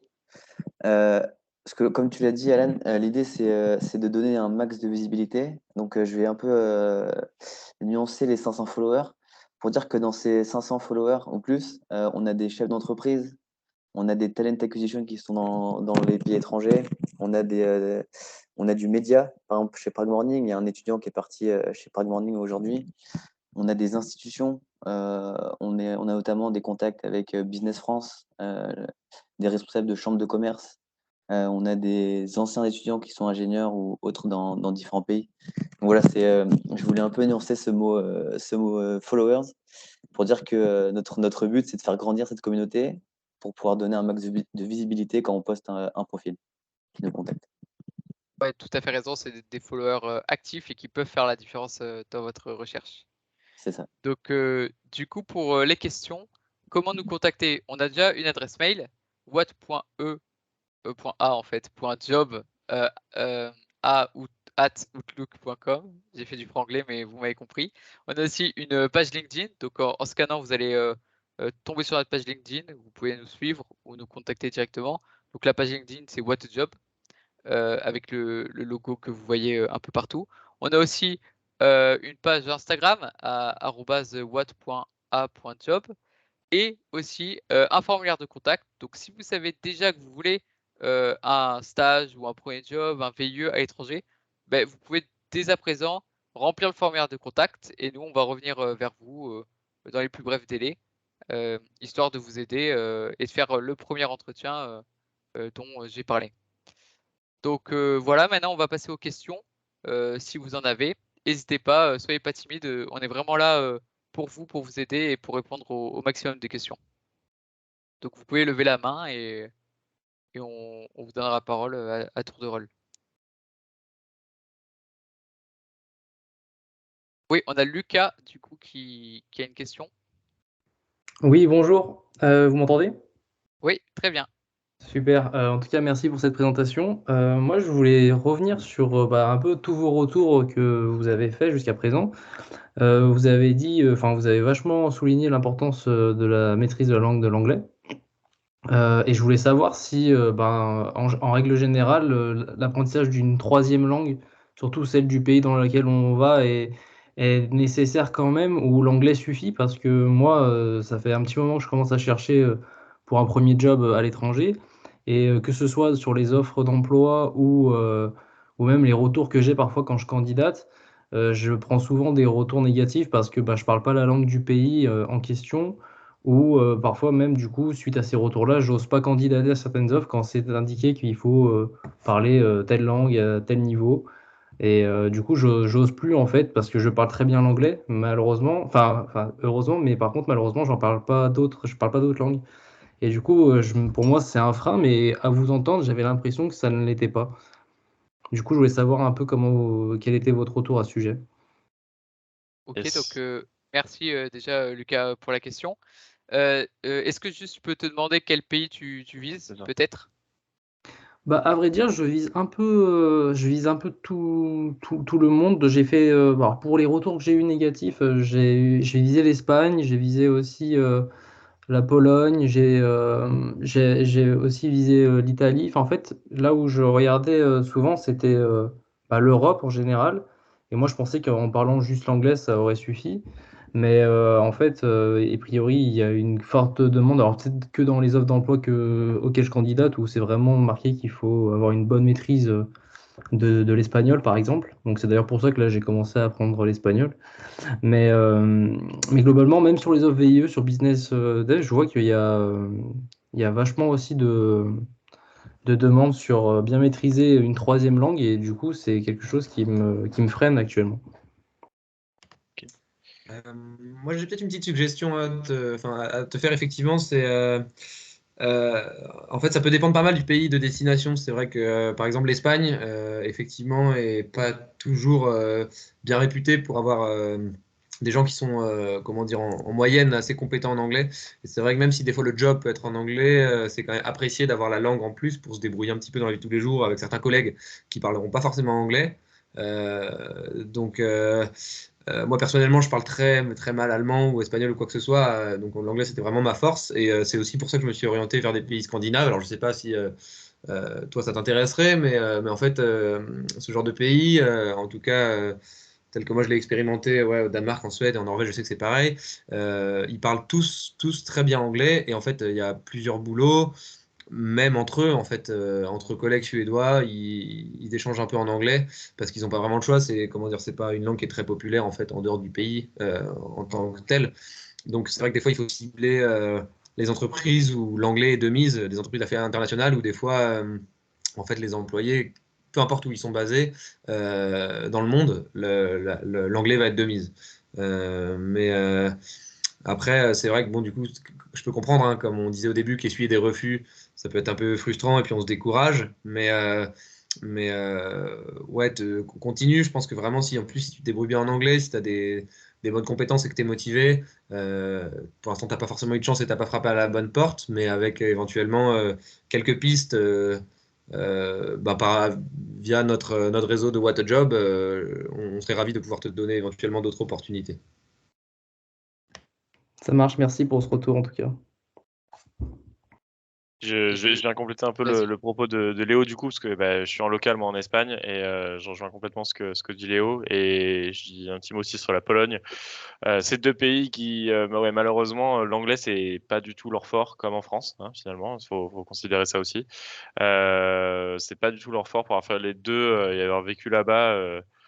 L'anglais, ça suffit pas forcément. Donc après, encore une fois, je pense que Léo t'a donné toutes les clés, enfin en tout cas certaines clés importantes des entreprises. Moi, je sais qu'aujourd'hui, chez Thales, je suis basé en Espagne, c'est Thales España pour le coup. j'ai zéro problème avec l'anglais parce que c'est une boîte internationale. Donc c'est vrai que moi tout le travail se fait en anglais ou en français, bon, et très peu en espagnol. Donc c'est vrai que après faut voir aussi les départements dans lesquels tu peux aller dans les grandes entreprises ou même des entreprises qui sont plus en mode international. Donc comme tu as dit Léo. Donc mais ça après ouais, n'hésite pas à remplir notre formulaire de contact directement si tu le souhaites avec un CV, etc. Comme ça on pourra revenir directement vers toi aussi pour te donner encore plus de clés et t'accompagner au mieux, quoi. Ok, Ça marche, merci beaucoup. pas de souci.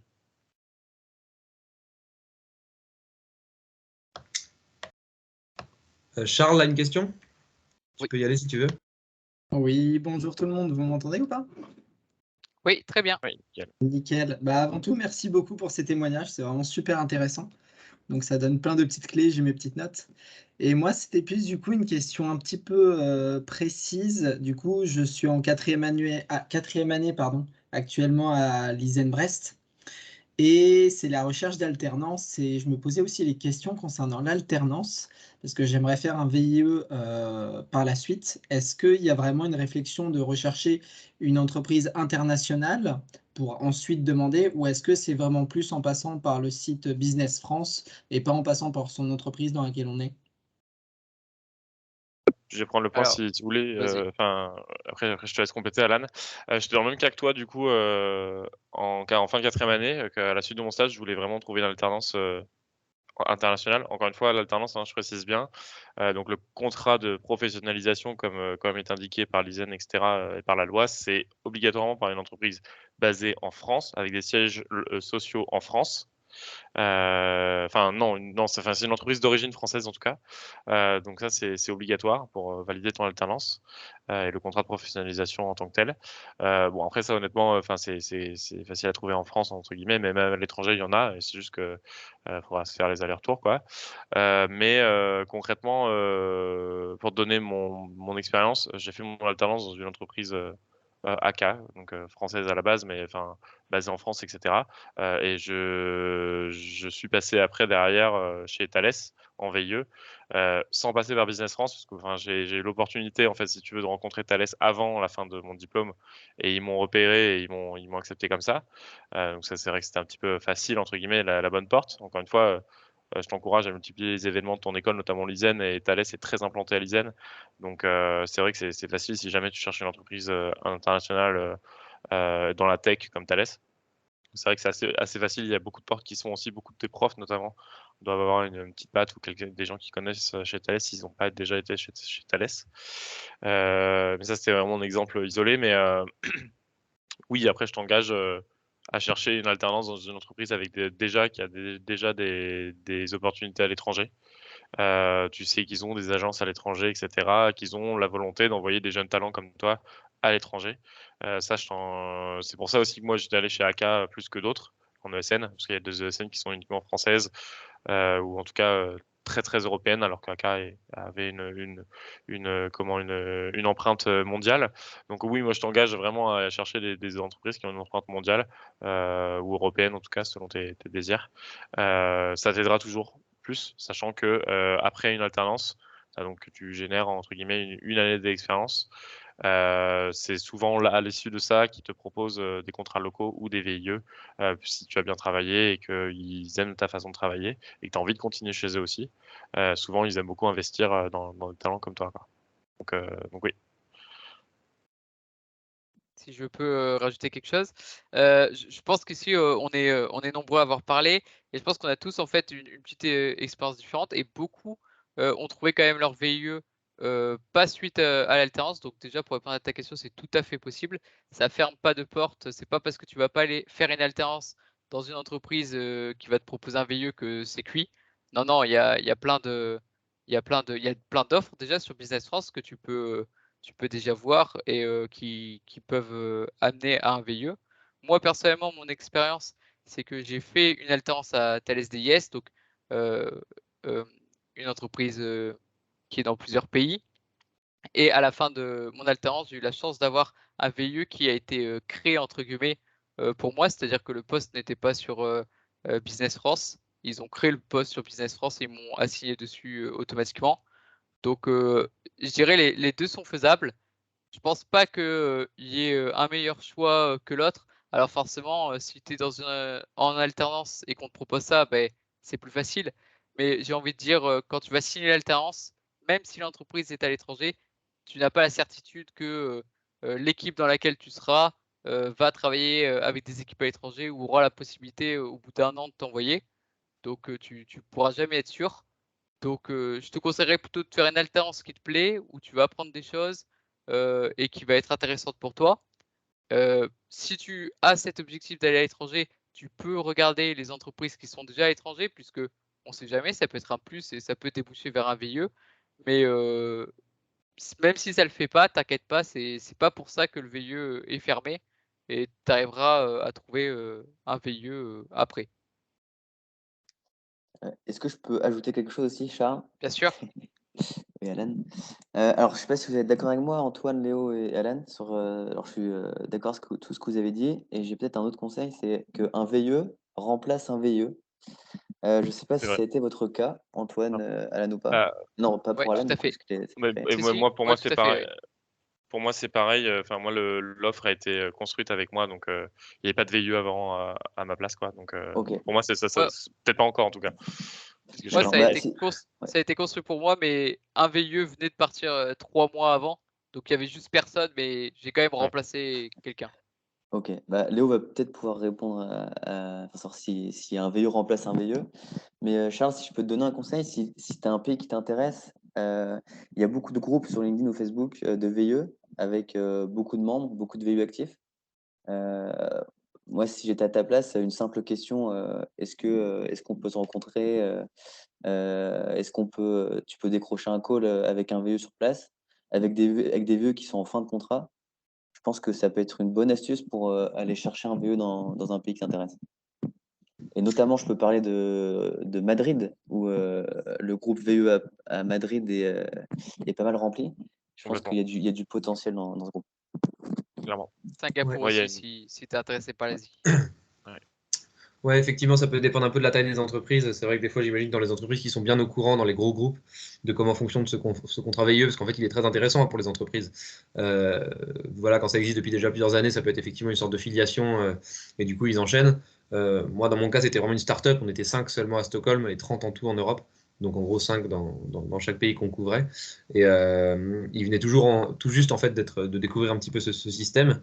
Mais pour le coup, je sais que j'ai un ami ici à Stockholm qui lui en fait avait vraiment envie de bosser pour une boîte en particulier dans le monde de comment dire de la enfin c'était lié un peu au digital, à la musique, et en fait c'est lui qui a contacté l'entreprise et il leur a dit bah écoutez, je sais pas si vous êtes au courant mais voilà, il y a ce contrat VIE qui existe en France. Il a une brève présentation et mis un lien en fait qui présente un petit peu ce genre de contrat, et puis l'entreprise en fait, a fait suite à sa demande. Bon, alors j'imagine que c'est une exception, mais c'est pour montrer un petit peu que voilà, c'est vrai que c'est pas toujours le cas. Je pense que en tout cas c'est un bon conseil qui vient d'être prodigué.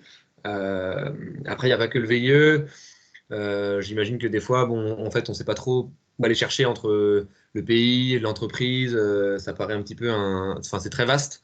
Donc effectivement, contacter, comme suggérait Brice, des gens via les groupes Facebook de telle ou telle ville, d'aller trouver les bonnes personnes sur LinkedIn, effectivement, ça prend du temps, mais quand on a préparé un petit peu un email type, un CV solide, une lettre de motivation en français, en anglais, un petit peu à trous pour adapter à chaque entreprise. Personnellement, c'est souvent comme ça que je fonctionne. Voilà, en général, on maximise ses chances de pouvoir trouver les chaussures à son pied. Ok, bah merci beaucoup. Ouais, vraiment plein d'infos. Et puis ouais, je pense que je vais un peu me baser sur tous ces conseils pour décrocher le VIE pardon, idéal. Super. Merci. Et si tu as besoin d'aide complémentaire, n'hésite pas à remplir le formulaire et on sera plaisir de faire un appel un peu plus long avec toi pour identifier tes besoins et t'aider au mieux. Ok, nickel. Merci beaucoup. Est-ce que je pourrais contrebalancer cette idée peut-être en faisant appel à Charlie notamment et à Damien, qui n'ont pas forcément réalisé un VIE à l'étranger, mais un contrat local. Donc savoir un peu comment ça s'est passé sur ce contrat local réalisé à Prague au Cambodge. Je ne sais pas si un de vous deux veut prendre la parole. Yes, bien sûr. Bah, je peux commencer. En fait, Creative Doc, là pour le coup, je suis en contrat local, donc contrat tchèque, dans une entreprise qui, pour le coup, on va dire, il y a 80% de tchèque, mais la langue qui est prônée, c'est l'anglais. Donc, on se retrouve un petit peu dans le cas de figure qu'on a mentionné précédemment. En fait, je rejoins un petit peu le propos de Julien. C'est vrai que le réseau, ça compte vachement. Creative Doc, quand on est à l'étranger, c'est pas une entreprise qu'on va trouver en fait, parce que d'une, il n'y a pas beaucoup de référencement, c'est pas leur priorité sur Internet. Et de deux, ça reste quand même un peu dans le domaine des startups, donc c'est pas comme un Accenture qui est visible très rapidement avec 10 000 personnes qui travaillent dedans. Donc, faut être un petit peu sur place pour trouver. Et puis, il faut aussi peut-être faire une démarche comme Brice a fait, de postuler, de répondre à une demande sur Facebook en restant actif. Donc, pour répondre à la question, comment trouver une entreprise locale où l'anglais est de maître et où la langue locale, ça ne fait pas préjudice. Finalement, je dirais c'est le réseau, de demander à des personnes qui sont présentes, surtout quand on va dans des pays où c'est pas l'espagnol, ou c'est latin, ou c'est des pays un peu comme le polonais ou le tchèque, de demander à des personnes sur place quel genre de travail elles font. Et puis surtout, il y a quelque chose d'important, c'est qu'à Prague, par exemple, c'est facile de trouver un travail, il y a très peu de chômage, mais de trouver un travail qui a du sens, c'est là où est le challenge. Donc, encore une fois, rebondissez sur les personnes sur place, c'est le meilleur moyen de savoir où est-ce qu'on peut travailler sur une expérience cool.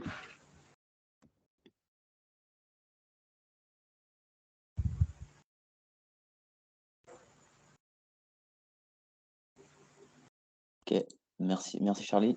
Je ne sais pas si vous avez d'autres questions. Yes, il y a Marie qui lève la main du coup. Ok. Hello Marie, du coup c'est moi que tu as contacté tout à l'heure via LinkedIn. Je t'en prie, pose ta question. Oui, bonjour. Merci beaucoup pour ce webinaire. Donc du coup, j'avais une petite question. En fait, là, je suis à la recherche d'un stage de 3 mois en fin de 4e année, donc en Master 1 à l'ICN Lille. Et moi, donc j'ai eu mon stage que j'avais avant, il a été annulé en dernière minute. Donc là, je suis un peu pressée ou un peu plus stressée du coup. Mais le problème que j'ai, c'est qu'il y a beaucoup de demandes pour des stages de 6 mois. Du coup, ma question, c'est est-ce qu'à l'étranger, c'est parce que vous avez beaucoup parlé dans vos expériences, que vous avez réussi à trouver des stages plutôt courts à l'étranger, en Europe notamment.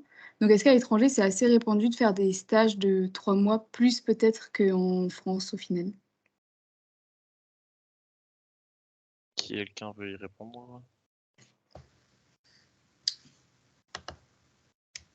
Excuse-moi Marie, est-ce que tu peux, donc, si j'ai bien compris, toi tu voudrais faire un stage du coup de moins de 6 mois. Oui, et tu as vu c'est ça, beaucoup c'est d'offres 3 qui mois. étaient de 6 mois minimum, c'est ça? C'est ça, exactement. Mais surtout en France, en tout cas. Du coup, je me disais peut-être qu'il y a des pays en particulier en Europe où c'est plutôt courant finalement de faire des courts stages. C'est vrai que c'est une bonne question. Personnellement, j'ai pas suffisamment de connaissances pour y répondre précisément, mais je dirais qu'en fait, faut se mettre un peu dans la tête d'une entreprise.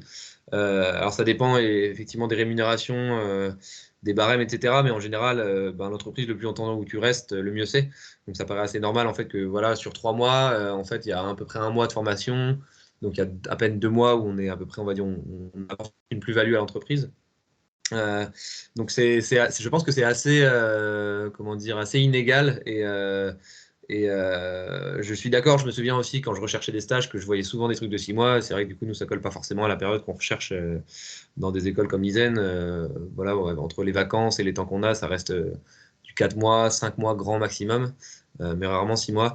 Donc après des fois, même si bon, alors je sais pas si c'est effectivement toujours une bonne idée, mais si toi tu es un petit peu en urgence parce que t'as pas eu du coup effectivement le stage que tu voulais, ça c'est quand même super dommage au dernier moment. En plus, j'imagine que ça doit pas être une partie de plaisir, mais en fait, tentez le coup quand même. Bon, même si l'offre d'ici mois, postuler parce qu'avec un peu de bol, ton profil correspond vraiment à ce que l'entreprise recherche.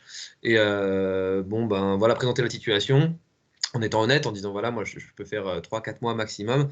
Par contre, après, potentiellement, revenir plus tard, je ne sais pas, ça ne veut pas dire forcément s'engager pour le futur, mais si l'entreprise en tant que telle, en fait, elle n'a pas de minimum, où le pays en tant que tel n'a pas de minimum. Donc là, ça sous-entend faire un peu des recherches en amont sur Internet, évidemment. Je pense que tu peux quand même des fois tenter de postuler. Donc bon, ouais, je sais pas, peut-être que quelqu'un de l'équipe a de quoi Ouais. compléter là-dessus. Ouais, j'ai complété un peu. Je pense que, enfin, moi, je suivrai complètement le conseil de Léo parce qu'en fait, pourquoi en fait les stages là aussi souvent sont de 6 mois minimum. C'est qu'en fait, en France, bon, en France, la loi évolue là-dessus, mais à l'étranger pas forcément. Et les stages en dessous de 6 mois sont pas forcément rémunérés. Donc il y a ça aussi à prendre en compte en fait, c'est un peu ça le truc, c'est-à-dire que tu vas peut-être trouver des offres, finir par trouver des offres, c'est pas forcément une partie de plaisir non plus, hein. Il n'y en a pas beaucoup des offres de stages courts à l'étranger, c'est le cas. Soit tu as du contact dans l'entreprise et bah du coup ils essayent de faire un petit peu des trucs pour t'arranger et ça c'est d'autant mieux, mais voilà, c'est pas forcément donné à tout le monde. Et sinon en fait, bah, il y a parfois des offres, mais le plus souvent c'est des stages de 2 à 3 mois, voire peut-être 4 mois, mais non rémunérés pour la plupart du temps. Et c'est pas forcément nous ce qu'on va forcément prôner aussi. Alors évidemment, dans des cas d'urgence, etc. Mais bon, nous, on essaie de trouver aussi, enfin, quand on est à l'étranger, c'est pas pour y aller pour dépenser à fond, c'est aussi pour gagner un peu sa vie, et ou moins suffisamment pour vivre et pouvoir s'amuser, faire des choses qu'on aime. Donc c'est vrai que je suivrai le conseil de Léo. Je pense que c'est une bonne opportunité. On sait jamais, l'entreprise dire, ah bah ouais, en fait, j'avais pas pensé, mais ouais. Et en plus, on a un département en France, donc au pire, je sais pas, ça peut être, je suis peut-être dans un monde de rêve, hein, mais peut-être que derrière, ça peut déboucher sur une alternance dans la même boîte en France, à voir quoi. Donc, je pense que ça peut se jouer beaucoup à l'opportunité, et c'est là où nous, on va vraiment pouvoir intervenir aussi, pour t'aider à trouver les bonnes entreprises, les bons contacts dans les bonnes entreprises, les entreprises qui sont un peu flexibles aussi. Et là, je pense au monde des startups notamment. Je pense une boîte comme Creative Docs, pardon, bah ça peut aussi être une bonne voie parce que c'est assez flexible de ce que j'en entends, et d'autres boîtes qui sont dans le même mood. Donc c'est vrai que ça peut t'intéresser quoi. Donc et nous voilà, ce qu'on fera, c'est qu'on se fera un petit appel derrière, pour qu'on puisse vraiment voir sceller aussi tes prérequis, etc. Et voir aussi vers quoi tu t'orientes, et pour te donner un maximum d'aide le plus rapidement possible. Ne sois pas, ne te sens pas seul non plus. Tu n'es pas la seule dans ce cas-là. J'ai d'autres étudiants à Lisiane Toulon notamment qui sont dans le même cas, qui doivent trouver un stage pour cet été, qui n'ont pas de stage encore. Donc j'en accompagne un d'ailleurs là du coup en plus. Donc il n'y a pas de souci. On connaît les urgences et on est là pour ça aussi. D'accord, bah, merci beaucoup, déjà pour les petits tips et pour le prochain, la prochaine visio qu'on fera, sûrement ensemble. Carrément. Bah, n'hésite pas à remplir le formulaire de contact déjà, ou alors on se settle directement par LinkedIn comme on a fait tout à l'heure. Donc on n'hésite pas, t'hésites pas. Ok. OK, nickel. Merci beaucoup. D'autres questions, peut-être des points sur lesquels vous voulez revenir, des expériences que vous voulez partager peut-être?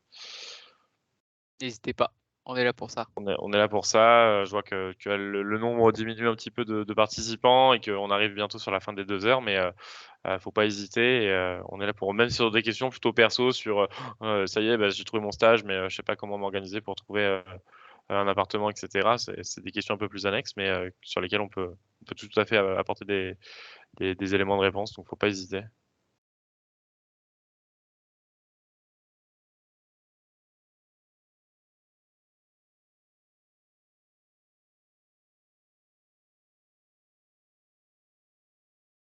Bon, bah, yes, c'est un bon petit vent, ça.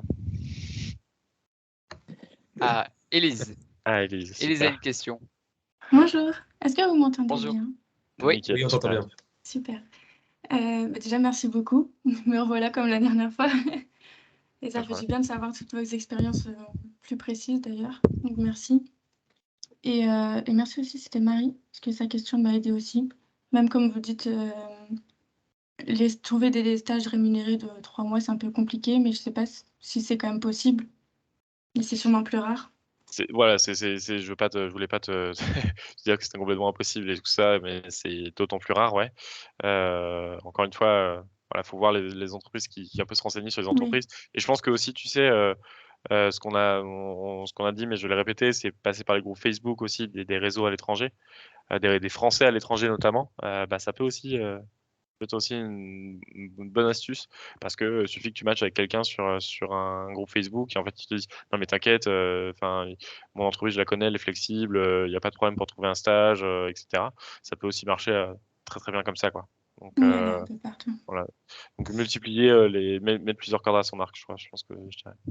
Ouais, Et tu as et peut-être, ouais. c'est vrai que du coup, pour compléter tout ça, encore une fois, bien se renseigner sur la législation du pays en question. Ouais. Donc, des fois, ça peut être un peu difficile à trouver, un peu cryptique, mais je pense que c'est des informations qui sont souvent disponibles. En fait, moi, je sais que d'une certaine manière, bon, je voulais partir au Danemark pour mon stage, c'était un choix personnel pour plusieurs raisons, mais j'étais bien content de partir là-bas parce que le salaire d'un stagiaire là-bas, c'est 1600 euros par mois et il n'y a pas de minimum.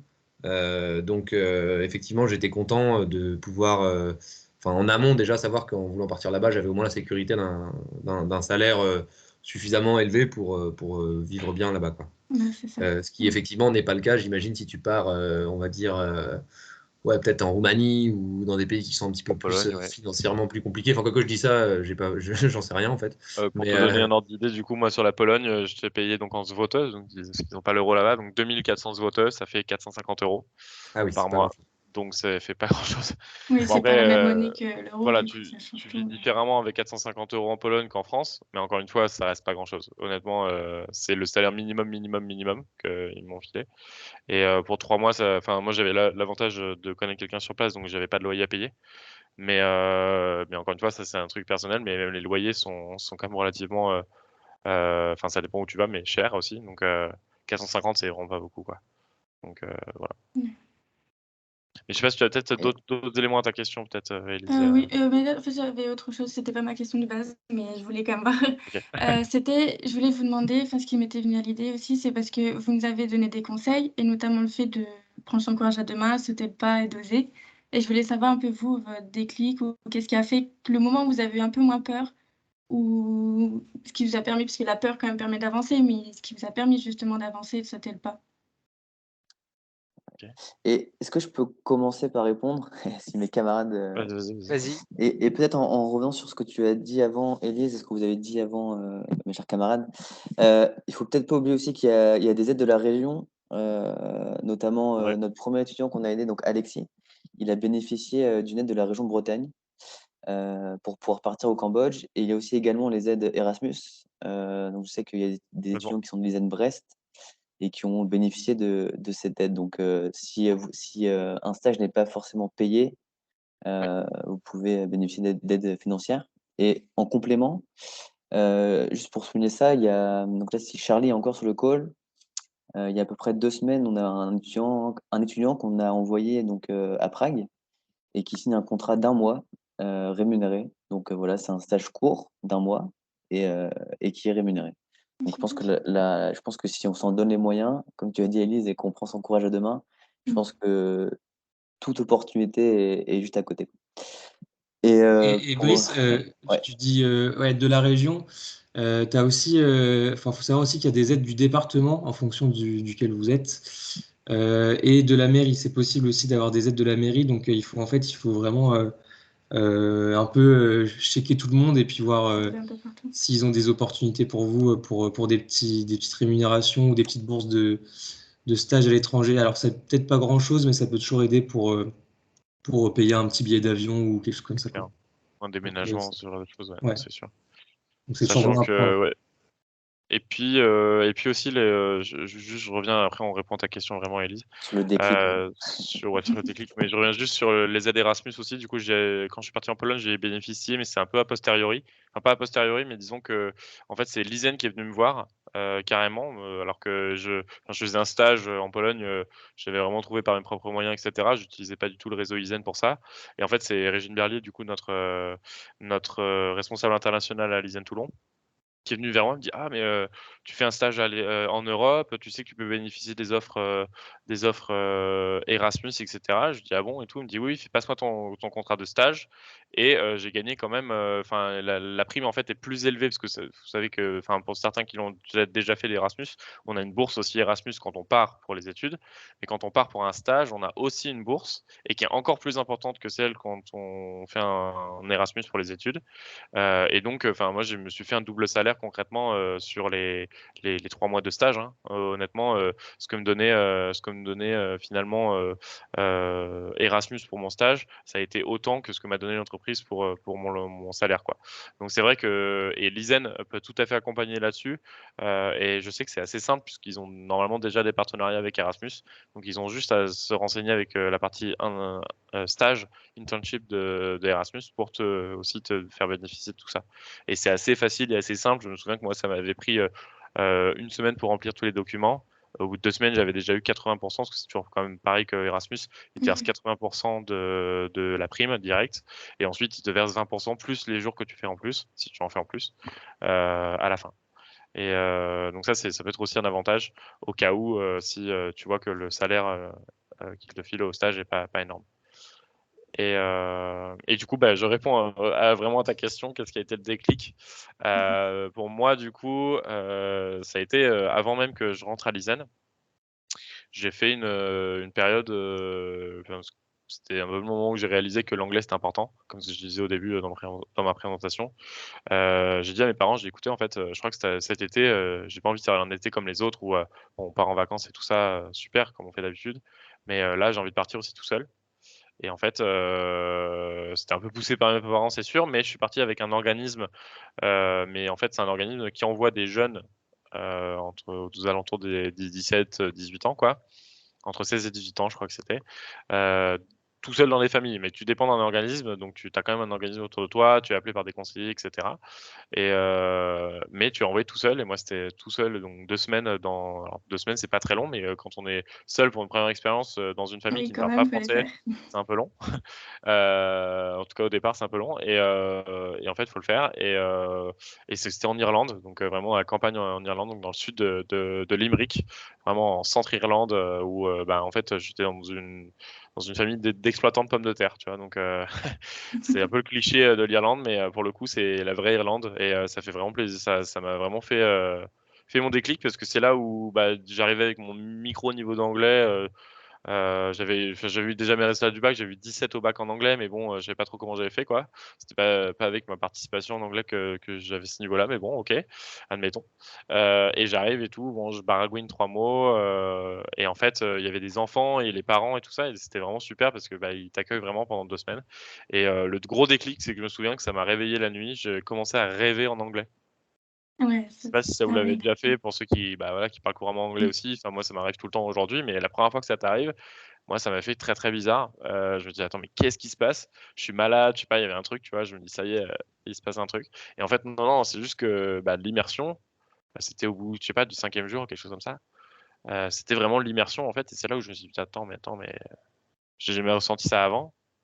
Tant de bonheur, tant de plaisir, tant d'engouement à découvrir une autre langue et une autre culture, que je me suis dit, en fait, je vais pas pouvoir faire autrement que de faire ça souvent.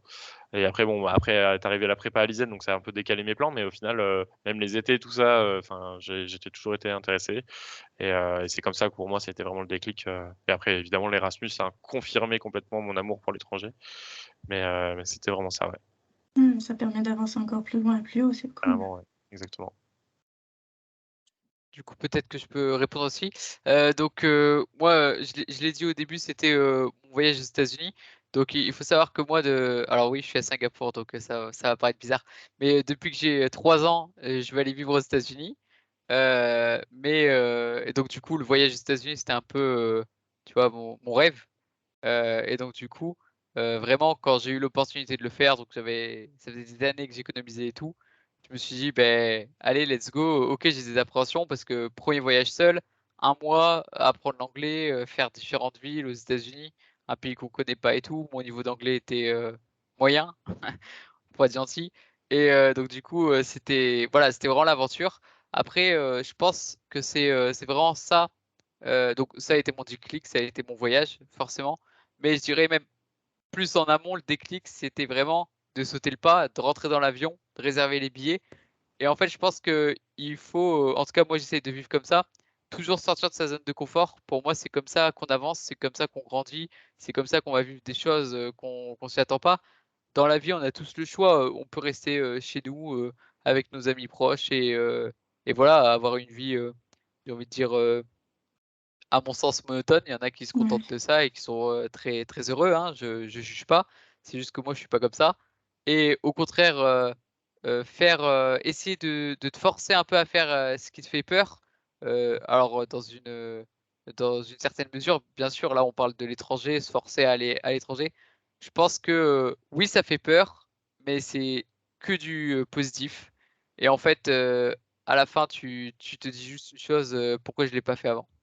Donc ouais, moi mon conseil c'est vraiment vas-y fonce. Oui, ça va te faire peur, oui, tu vas avoir des moments de doute et des moments de galère parce que les voyages et tout ça, c'est toujours des moments de galère. Mais au final après, tu rigoles et c'est juste, ça t'apprend tellement de choses, ça t'ouvre l'esprit tellement que franchement je Ça te fait regrette, mais grandir et il n'y a que du bien qui en ressort. exactement. Voilà.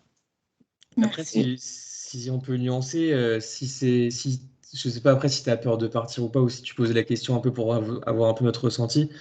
Mais moi, je sais que mon premier grand voyage, enfin, en tout cas, mon premier stage, je l'ai fait avec 2 amis à moi. Donc, on venait de la même école, on était tous les trois français, mais on était en 3 villes différentes. Et du coup, ça permettait d'avoir une petite sécurité, entre guillemets, au début, et ensuite d'avoir une liberté dans notre vie de tous les jours, donc pendant la semaine, et derrière nous, le week-end, on se retrouvait. Donc après, on pouvait aussi échanger nos expériences et tout ça. Et en fait, je pense que pour des personnes qui sont un peu réticentes à l'idée de partir toute seule, ça peut être une bonne alternative. Et derrière, pourquoi pas rester un peu plus longtemps que tes amis ou, quoi, ou Oui, peu importe, mais en tout cas, je pense ça fait que des expériences aussi derrière, du ouais, coup. c'est clair. Trop d'expériences en une. Et puis c'est des moments partagés. Enfin, après, bon, avec tes amis, c'est clair que enfin, tu t'en souviendras toujours. Tu es parti 2 mois à l'étranger avec tes potes. Ça restera gravé, tu vois. Mais c'est vrai que ça peut être une rampe de lancement, on va dire, pour tes prochains voyages derrière et pour tes prochaines expériences à l'international.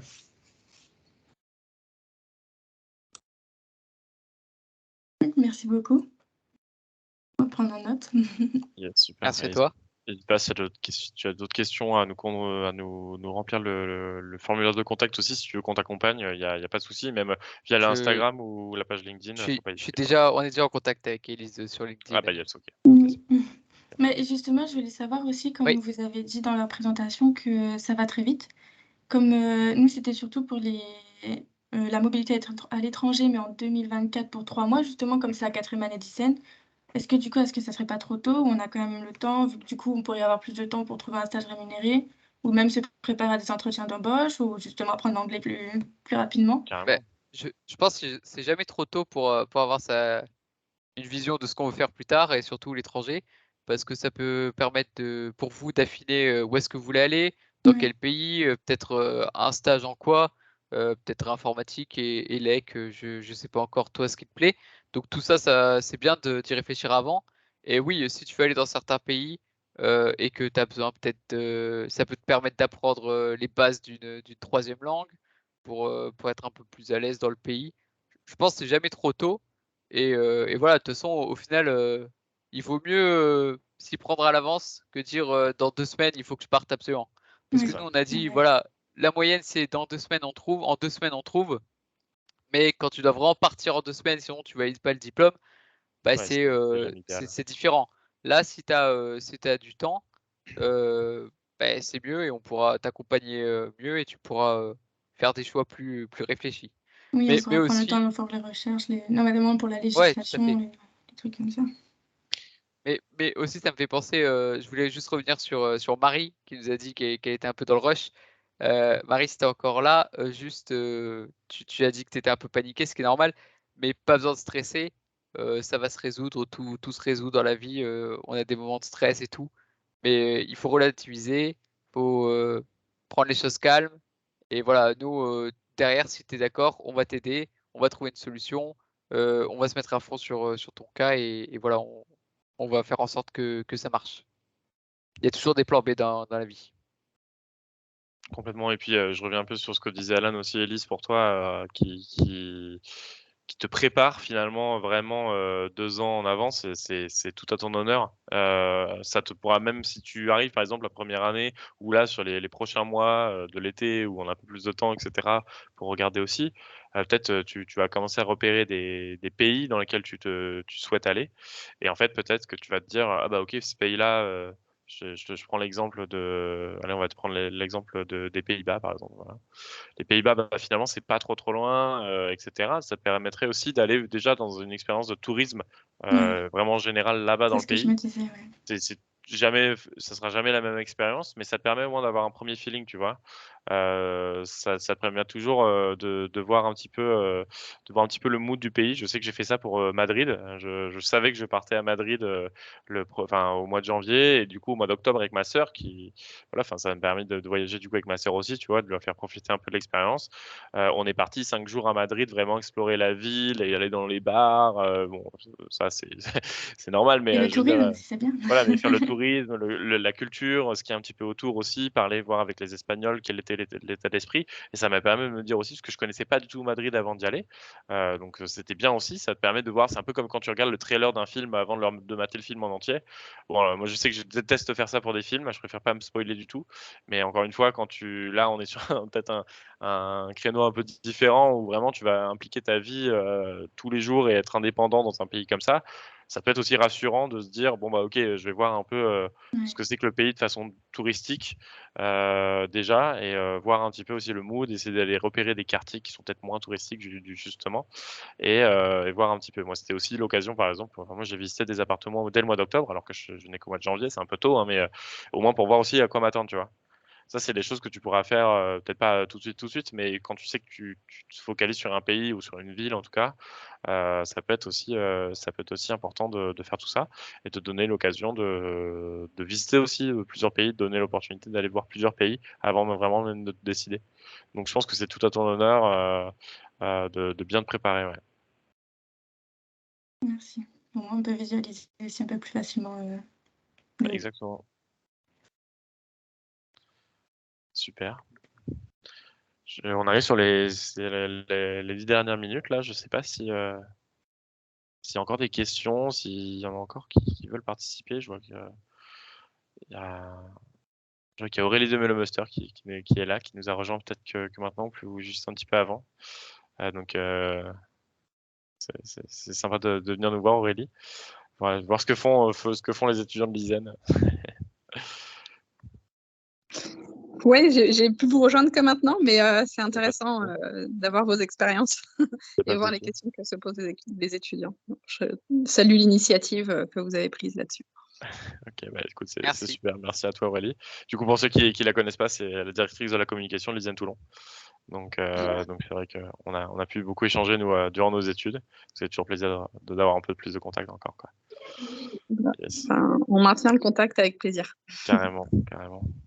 Et faudra pas hésiter d'ailleurs, petit message de pub à toi Aurélie, si tu veux avoir plus d'informations, faire passer le message aussi What a Job à l'ISEN Toulon, n'hésite pas à nous contacter. Hein. On refera ce même format avec plaisir du coup. Ouais. Bah, alors je pense qu'il y a des Toulonnais dans la salle. Ouais. On avait partagé avec le personnel aussi. Donc, super. Donc c'est une belle initiative. Bon, top. Bah, c'est normal. Super cool. Bah, du coup, ouais, on va peut-être conclure, Alan, 54. Je me dis que oui. Est-ce qu'il y a encore des questions? Dernier appel. C'est comme les vols. Dernier appel pour les questions. C'est ça. Après, on s'envole. Donc, de toute façon. Oui. Moi, j'ai une petite question. Vas-y. Peut-être, ou c'est plus une phrase, peut-être rappeler que ce webinaire sera disponible sur YouTube pour ceux qui veulent le réécouter, pour avoir les bonnes astuces et témoignages. Carrément, et puis nous on fera la communication là-dessus de toute façon pour vous dire. Mais ouais. Yes. Et on sait que les questions, ça va, ça vient. Donc n'hésitez pas à noter notre adresse mail, à nous suivre sur LinkedIn ou quoi, ou sur Instagram. Et si vous avez des questions, n'hésitez pas, même dans les jours qui viennent, dans les semaines qui viennent, nous on se fera un plaisir d'y répondre.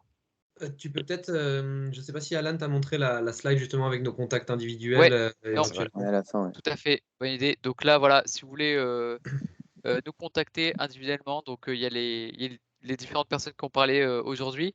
Voilà, donc si vous êtes intéressé par un pays spécifique ou juste que vous voulez contacter What a Job, eh bien n'importe qui de ces personnes-là, ça fera l'affaire.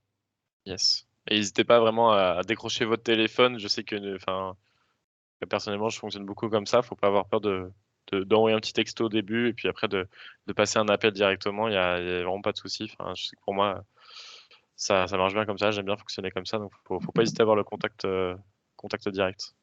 Ouais, je suis d'accord avec toi, Antoine. Ça vaut pour nous, mais ça vaut aussi pour les éventuelles entreprises que vous voulez contacter des fois. Exactement. Vous aurez toujours plus d'impact à les contacter directement, à prendre un peu le taureau par les cornes, quoi, et vous dire bon allez, vas-y, j'y vais. De toute façon, il y a peu de choses à perdre souvent quand on fait ça. Et qu'on a préparé un peu son speech, normalement, c'est que du bonus pour vous. Ça montre que vous êtes entreprenant, que vous en voulez, que vous avez vraiment envie de décrocher cette opportunité. Donc, c'est que du bon pour les entreprises.